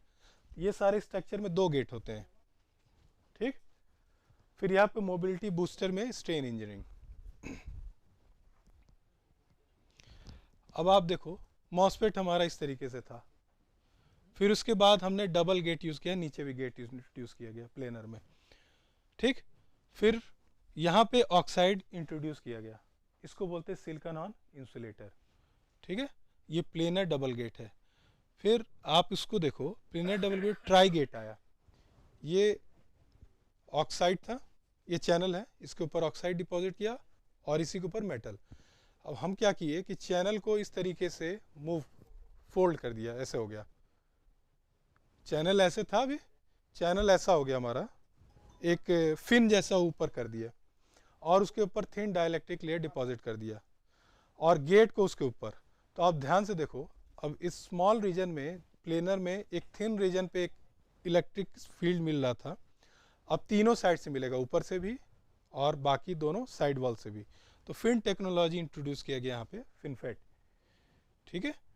फिर ये अल्ट्रा थिन बॉडी SOI है, फिर आगे nano wire get all around, चारों साइड से, ठीक है। चैनल के ऑल अराउंड थिन लेयर और गेट मेटल करके उसके फ्लो ऑफ करंट को कंट्रोल करना,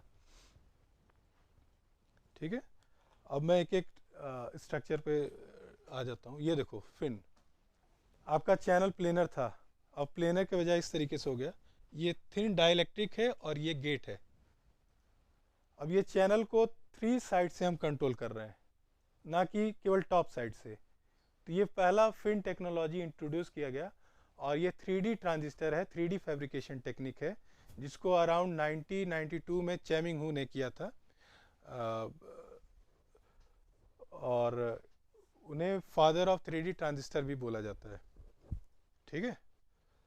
और जब फिनफेड मार्केट में इंट्रोड्यूस हुआ, क्योंकि प्लेनर टेक्नोलॉजी पे हम लोग स्टिक थे, तो 3D टेक्नोलॉजी में फैब्रिकेशन टेक्निक काफ़ी कॉस्ट बढ़ गई। तो आप देखे होंगे कि जब आप कोर i3 अराउंड 8 या 9 जनरेशन जब सिस्टम आया कंप्यूटर, तो कोर i3, कोर i5 और i7 के बीच में कॉस्ट प्रोसेसर का बहुत ज़्यादा वेरी कर रहा था। आप सिस्टम यूज़ करते हो तो आपको आइडिया होगा।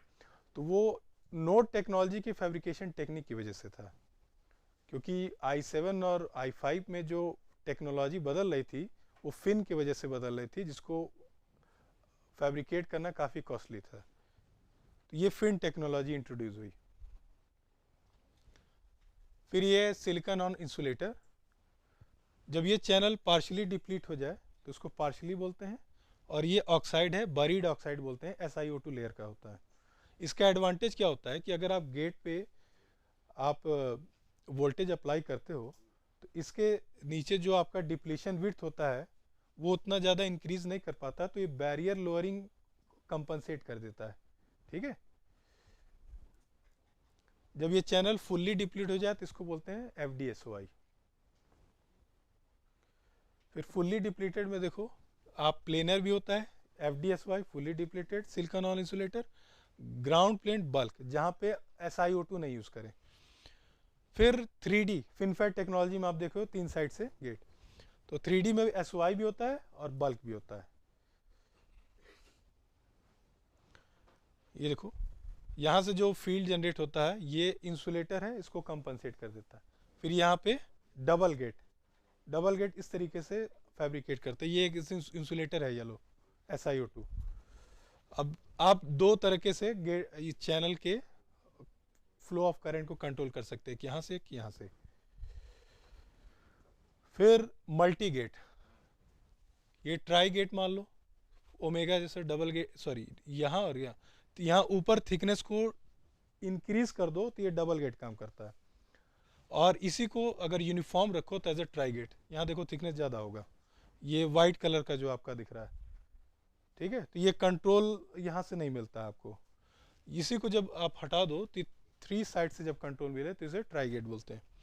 फिर इसी तरीके से ये ओमेगा गेट और ये क्वाड गेट, नीचे भी इसके क्लियर होता है। स्ट्रेन इंजीनियरिंग, ये रिलैक्स सिलिकॉन है और ये SiGe का एक लेयर है। यहाँ पे देखो मोबिलिटी को इम्प्रूव करने के लिए इस लेयर को इस पर इंट्रोड्यूस करते हैं। तो ये नीचे से जैसे इसका लैटिस स्ट्रक्चर देखो, तो जब 2 लेयर को एक साथ जोड़ो तो लैटिस स्ट्रक्चर एक इंटरफेस पे मैच करते हैं, तो वो लैटिस स्ट्रक्चर को क्या करता है कि उसको स्ट्रेन कर देता है सिलिकॉन को, जिसकी वजह से मोबिलिटी आपकी चैनल की इम्प्रूव कर जाती है। तो स्ट्रेन इंजीनियरिंग करके जब स्मॉल डायमेंशन में हम चैनल की मोबिलिटी को इम्प्रूव कर लेते हैं। इसमें डबल स्ट्रेन भी होता है और सिंगल भी होता है, लोकल, और आप इसमें देखो बाई एक्सियल, और जिसको ग्लोबल स्ट्रेन भी बोलते हैं, और सिंगल, मतलब दोनों तरफ से यूज कर लो तो बाई एक्सियल कहलाता है, ठीक है। ये चैनल रीजन है, ये रिलैक्स ऐसा ही है, इसके ऊपर चैनल को आप इंट्रोड्यूस कर दो तो वो स्ट्रेंड हो जाता है।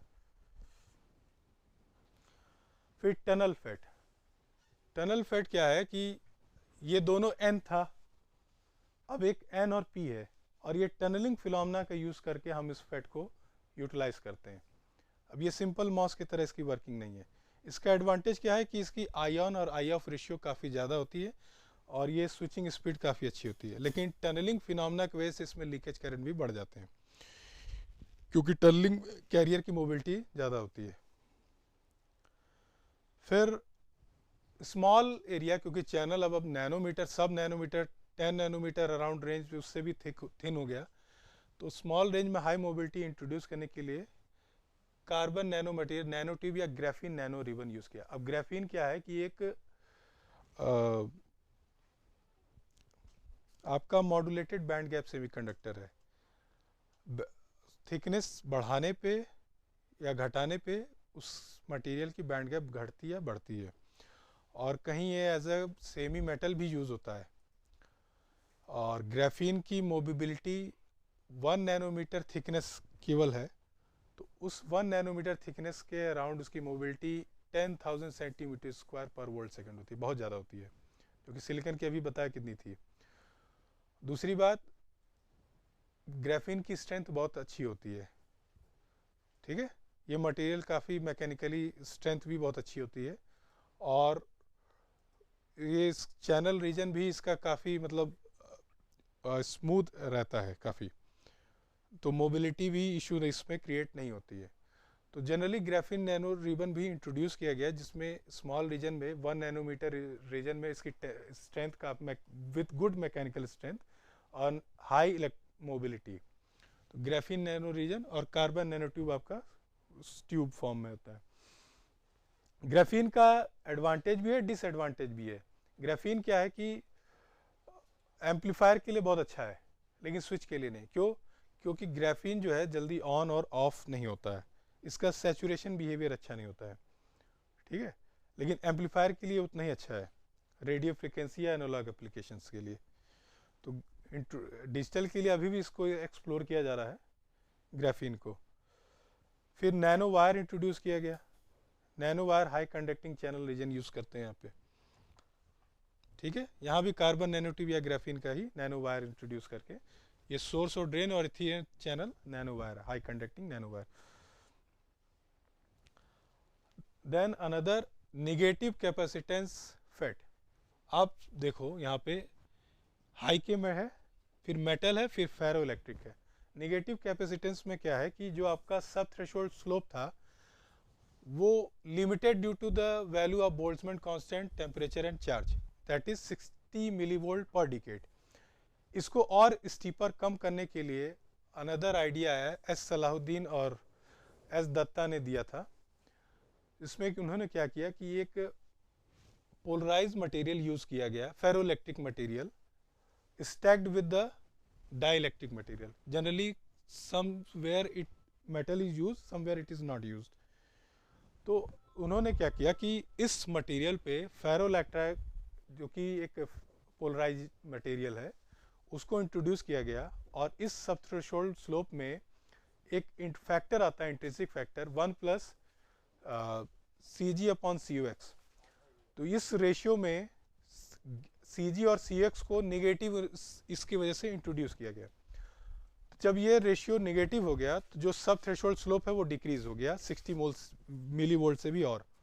तो यहाँ पे जो CUX है वो निगेटिव वैल्यू आने की वजह से पोलराइजेशन, ड्यू टू पोलराइजेशन, ये नेगेटिव कैपेसिटेंस बिहेवियर को एज ए एडवांटेज लिया गया, और इसके वजह से जो स्विचिंग की स्पीड है और इम्प्रूव हुई। लेकिन अभी भी ये डिवाइस उतना रिलायबल नहीं है, क्योंकि फेरो इलेक्ट्रिक में जो पोलराइजेशन बिहेवियर है वो पोलराइजेशन बिहेवियर मॉडलिंग उतनी अभी प्रॉपर नहीं हो पाई है, ठीक है। And 2D channel, 2D channel आपको चैनल जैसे 1 नैनोमीटर ग्राफीन है, तो 1 नैनोमीटर उसकी थिकनेस है और लेंथ काफ़ी ज़्यादा है, तो ये almost treated as a 2D channel. और 2D चैनल में आप ग्राफीन एक है, बोरॉन नाइट्राइड है, और ट्रांजिशन मेटल डाइचैल्कोजिनाइड्स MOS2 और WSE2, ये डाइचैल्कोजिनाइड्स है। ये 2D चैनल इंट्रोड्यूस करके डिवाइस को हमने 2D फैट इंट्रोड्यूस किया गया। 2D फैट का भी एप्लीकेशन अभी स्विचिंग में उतना ज़्यादा नहीं है, बट फ्लेक्सिबल इलेक्ट्रॉनिक्स में है, जैसे कि आप मेडिकल में बैंड भी यूज़ करते हैं, और स्मार्ट वॉचेस या वियरिंग डिवाइसेस में क्योंकि ये जनरली फ्लेक्सिबल इन नेचर होता है। तो जनरली इसका जो यूज़ है वो ऑर्गेनिक डिवाइसेस या फ्लेक्सिबल इलेक्ट्रॉनिक्स एप्लीकेशंस के लिए होता है। ठीक है। अब अनदर आपका एक डोमेन है जो कि जनरली रेडियो फ्रीक्वेंसी और एनालॉग एप्लीकेशंस के लिए। आप कब मानते हो कि सेमीकंडक्टर से इंसुलेटर हो गया बैंड गैप के रिस्पेक्ट में? कुछ वैल्यू होगा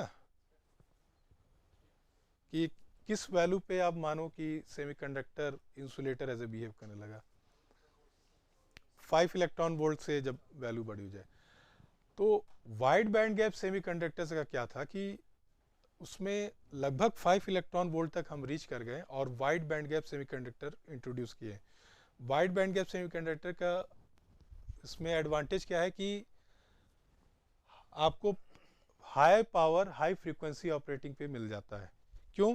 क्योंकि पावर फ्रीक्वेंसी का जो रिलेशन है वो बैंड गैप का फंक्शन है, ये ब्रेकडाउन फील्ड है उसकी।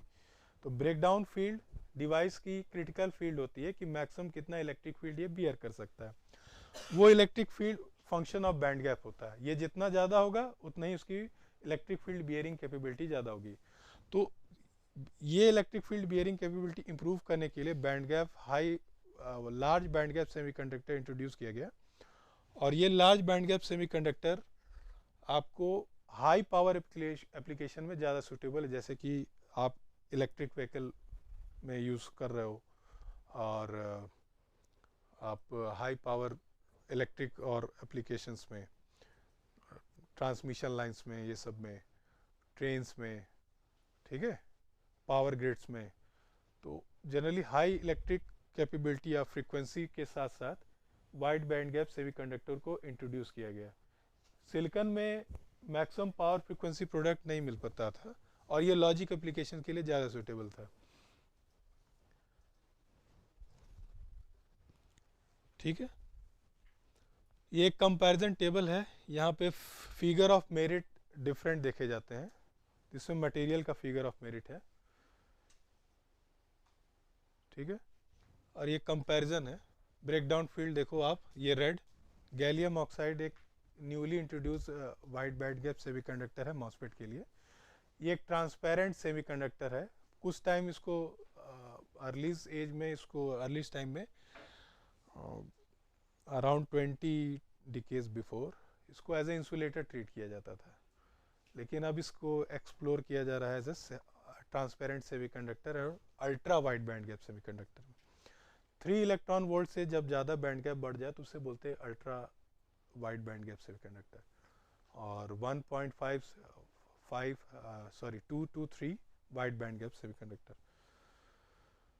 These are the certain figure of merit used to categorize these semiconductors for which semiconductor is suitable for DC, analog और RF applications. तो जिसमें आयन आई ऑफ रेशियो है स्विचिंग के लिए, GM आपका ट्रांसकंडक्टेंस हमने बताया कि कट ऑफ फ्रीक्वेंसी डिसाइड करने के लिए, CGS CGD आपका इंट्रिंसिक कैपेसिटर होता है। कट ऑफ फ्रीक्वेंसी देखो ये GM/2 CGS प्लस CGD। तो ये एनालॉग बिहेवियर से रिलेट भी होता है कुछ हाई पावर के कुछ फिगर ऑफ मेरिट्स भी है, जैसे output power, power gain, power added efficiency. ये आपके पावर एम्पलीफायर जब आप डिज़ाइन करते हो तो वहाँ पे इसको देखा जाता है। और ये मटेरियल फिगर ऑफ मेरिट है। बलीगा फिगर ऑफ मेरिट आपका स्विचिंग में जब कंडक्शन लॉसेस होते हैं उसको डिनोट करता है। ये ज़्यादा होना चाहिए कम करने के लिए। फिर इसका high frequency figure of merit है, किसी पर्टिकुलर फ्रीक्वेंसी पे स्विचिंग की स्पीड। फिर जॉनसन है मैक्सिमम पावर फ्रीक्वेंसी प्रोडक्ट।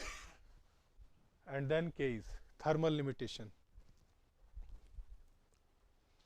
ठीक है, ये बेंचमार्किंग है, अब इसको स्किप ही करते हैं। कुछ और स्ट्रक्चर अब फ्यूचर में क्या आने वाले उसको देखते हैं।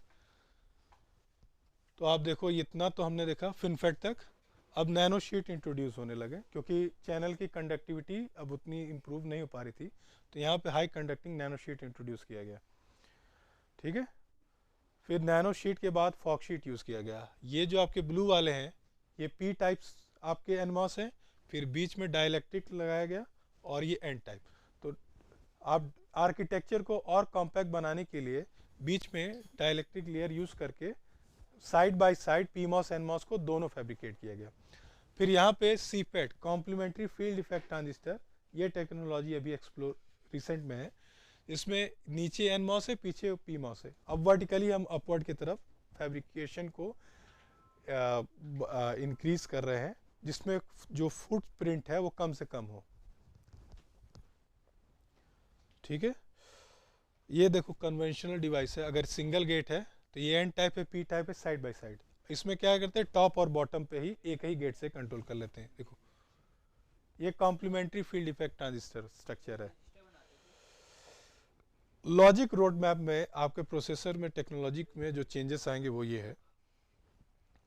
अभी हम इस एरा में हैं 2022 फिनफेट टेक्नोलॉजी में। यहाँ पे नैनो शीट अब इंट्रोड्यूस हो जाएगा 2024 तक, फैब्रिकेशन टेक्निक जैसे ही इंट्रोड्यूस हो जाएगी।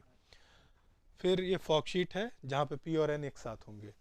फर्दर आगे वर्टिकली अब हम अपवर्ड की तरफ मूव करेंगे, फुटप्रिंट को कम से कम करना है। तो आप देखो पी मॉस एन मॉस एक साथ ही अब टॉप की तरफ, ये कॉम्प्लीमेंट्री फील्ड इफेक्ट ट्रांजिस्टर है। यहाँ पे 2D मटेरियल इंट्रोड्यूस करना है। यहाँ पे हेट्रोजीनस चैनल जो कि हाई कंडक्टिव चैनल जैसे कि आपका गैलियम नाइट्राइड या अदर। ठीक है, तो ये ITRS रिपोर्ट के थ्रू है। ITRS आपका इस टाइप के रिपोर्ट जनरेट करता है। ये टेबल आपको ज़्यादा सही लग रहा होगा, समझ में आ रहा होगा कि हम 5 एंगस्ट्रॉम तक जाने के लिए प्रपोज्ड है डिवाइस की डायमेंशन। सॉरी हाँ, 15 एंगस्ट्रॉम। तो 15 एंगस्ट्रॉम में क्या क्या इंजीनियरिंग करने, 3D nano sheet FET N और पी को इंजीनियरिंग एक साथ, फुटप्रिंट को जितना कम करने के लिए इसमें डिवाइस को यूज़ किया जा रहा है। और फिर यहाँ पे लिथोग्राफी टेक्निक भी उसी हिसाब से इम्प्रूव करनी है यहाँ अचीव करने के लिए। बट अब सिलिकन जो आपका है वो इतने कम डायमेंशन पे उतनी अच्छी मोबिलिटी नहीं इंट्रोड्यूस कर सकता, इस वजह से नैनो शीट को ज़्यादा एक्सप्लोर किया जा रहा है। और अराउंड हम 3 नैनोमीटर तक तो आ चुके हैं। और ये इंटेल का प्रोसेस टेक्नोलॉजी है जो उन्होंने फैब्रिकेट भी किया है, रिबन फेट। यहाँ तक इन्होंने इस पे एक्सपेरिमेंट अभी उनका चल रहा है। या आप इंटेल के साइट पे जाओगे तो उनका वीडियो पड़ा है कि किस तरीके से ये टेक्नोलॉजी ये डेवलप कर रहे हैं। तो ये इंटेल का एक सिंपोजियम में था ये, तो उन्होंने ये अपना डिमॉन्स्ट्रेट किया था। अराउंड इन्होंने 18 एंगस्ट्रॉम एरा का दिया है। अब आप एक्सपेक्ट कर सकते हो कि हमारा अभी नैनो टेक्नोलॉजी यूज़ कर रहा था और लोग अभी यहाँ तक सोच चुके हैं। और ये बहुत सारे डिवाइसेस है, अभी आप जान भी नहीं पाओगे इसका। जैसे कि MOTT एक इसमें है जिसमें करंट की जगह डिवाइस में फेस चेंज मटेरियल यूज़ करते हैं। फिर आप उसमें IMOS टेक्नोलॉजी है, फिर स्पिन फेट है। इस समय क्वांटम पे भी ध्यान दिया जा रहा है, तो स्पिन टेक्नोलॉजी को यूज़ करके स्टेट चेंज करके 0-1 यूटिलाइज किया जा रहा है। ठीक है, तो आपका जो ऊपर है रजिस्टर वेरी करने की मैकेनिज्म है, और यहाँ पे अप्रोच क्या क्या यूटिलाइज कर रहा है। जैसे निगेटिव कैपेसिटेंस हम डिस्कस कर चुके हैं अभी कि चैनल के सब थ्रेशोल्ड स्लोप को और कैसे कम किया जाए। तो these are the several technologies, और कुछ इस प्लेस में एक्सप्लोर होना बाकी है। तो ये इंटेल के थ्रू ही था ये, और ये अभी इस डोमेन में ये एक्सप्लोर कर रहे हैं। ठीक है, TFET आपका थिन टनलिंग फील्ड इफेक्ट अभी हमने डिस्कस किया था। फिर आपका NC-FET BJT हेट्रोजेनेशन का है। फिर NC negative capacitance tunnel field effect, ये भी एक्सप्लोर अभी ये लोग इसमें किया, रिसर्च में इसमें। फिर स्पिन टेक्नोलॉजी का भी यूटिलाइज किया जा रहा है, और स्पिन को NC-FET के साथ भी जोड़ने की कोशिश की जा रही है। और फ्यूचर फेट्स में आप देखो तो ये आपकी आर्किटेक्चर है फैब्रिकेशन 2D और 2.5D। ये आपका डिस्प्ले में, मेमोरी में, लॉजिक में, वेरियस डोमेन में इसके फैब्रिकेशन के आर्किटेक्चर है। फिर इसके बाद कंप्यूटिंग में, जैसे क्वांटम में अभी इसको इंट्रोड्यूस किया जा रहा है, न्यूरोमॉर्फिक में। फिर मटेरियल इसमें हमने बताया कि इसको हाई कंडक्टिंग मटेरियल या डिफरेंट टेक्नोलॉजी हिसाब से graphene, super lattice, carbon nanotube, change कर। फिर डिवाइस की फिजिक्स भी उसके अकॉर्डिंग वेरी करती है, तो उसकी फिजिक्स भी इस डिफरेंट टाइप्स बदल अकॉर्डिंग टू मटेरियल चेंज होती रहती है। जैसे कि अगर आप नेगेटिव कैपेसिटेंस यूज़ किया तो you have to explore the polarization behavior of the negative capacitance. अगर आप spintronics spin behavior of electron use कर रहे हो तो फिजिक्स उसके अकॉर्डिंग डिवाइस की वेरी करेगी। इवन बोजॉन कंडेंसेशन भी यूटिलाइज किया जा रहा है इसको एक्सप्लोर करने के लिए। ठीक है। अब इसकी यूटिलिटी फोटोनिक्स में क्या है कि आज के चिप में आप देखो, ये आपका टेराहर्ट्ज तक हम डेटा ट्रांसमिट अराउंड कर कर रहे हैं, और ये जनरली फोटोनिक या लाइट वेव्स के थ्रू मैक्सिमम पॉसिबल हो सकता है, जैसे फाइबर ऑप्टिक्स। तो इसको करने के लिए हमको सिलिकॉन पे जो ट्रांजिस्टर की टेक्नोलॉजी है वो भी तो इम्प्रूव करनी पड़ेगी, जिसकी वजह से ये डिवाइस प्रॉपरली ड्राइव कर सके। तो on chip photonic device integration भी किया जा रहा है। ठीक है। जैसे कि आप देखिए एलईडी फोटो डिटेक्टर और LED as a light source utilize किया जा रहा है मॉड्यूलेटर में। फिर इसके बाद सिग्नल प्रोसेसिंग, सिग्नल प्रोसेसिंग में यूटिलाइज आपको फोटोनिक्स का है, तो सिग्नल प्रोसेसिंग में भी इलेक्ट्रॉनिक्स का है। फिर ऑन चिप इंटीग्रेशन और high data rate. High data rate में ये एक एग्जांपल फैब्रिकेटेड है डाटा ट्रांसमिशन का। इन्होंने chip on board chip 8 giga silicon photonics transmitter बनाया था। फिर उसकी टेक्निक क्या यूटिलाइज हुई उसको बनाने में। फिर लो पावर ऑपरेशन के लिए ट्रांजिस्टर टेक्नोलॉजी को हम इम्प्रूव कंटिन्यू किए ही हुए हैं। ऑन चिप इंटीग्रेशन में आप ये देखो, अब आपका VLSI केवल सिंपल डिवाइस नहीं है, आपके फोटोनिक्स भी इंट्रोड्यूस हो चुके हैं ऑन चिप में। This are the photonics. ठीक है। Then several materials and fabrication techniques। ठीक है। तो यहाँ पे कुछ चीज़ें मैंने बेसिक भी था और कुछ एडवांस भी था, और अगर आप चाहे तो एक्सप्लोर इसको कर सकते हो, क्योंकि ये सब काफ़ी एडवांस चीज़ें हैं इस पर अभी। हाँ, ठीक है। तो कुछ आप लोग इसके बारे में और जानना चाहते हो?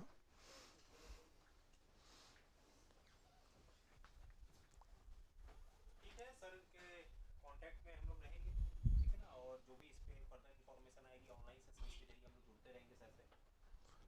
मॉस की रिसेंट टेक्निक के बारे में आप कभी फ्रीली पूछ सकते हो कि प्रेजेंट में क्या कोई चल रहा है, जो भी है। Thank you very much sir. Thank you sir. So to proceed further with the session, now I request coordinator Dr. DK Tripathi sir, head of department Dr. Himanshu Katiyar sir, to facilitate our speaker Dr. Narendra Yadav sir. I also request just now Dr. Prashant Sahi sir have joined with us, so I also request him to come on the dais sir to facilitate our speaker. Request my fellow Dr. Vikas Tiwari sir to join us on the dais.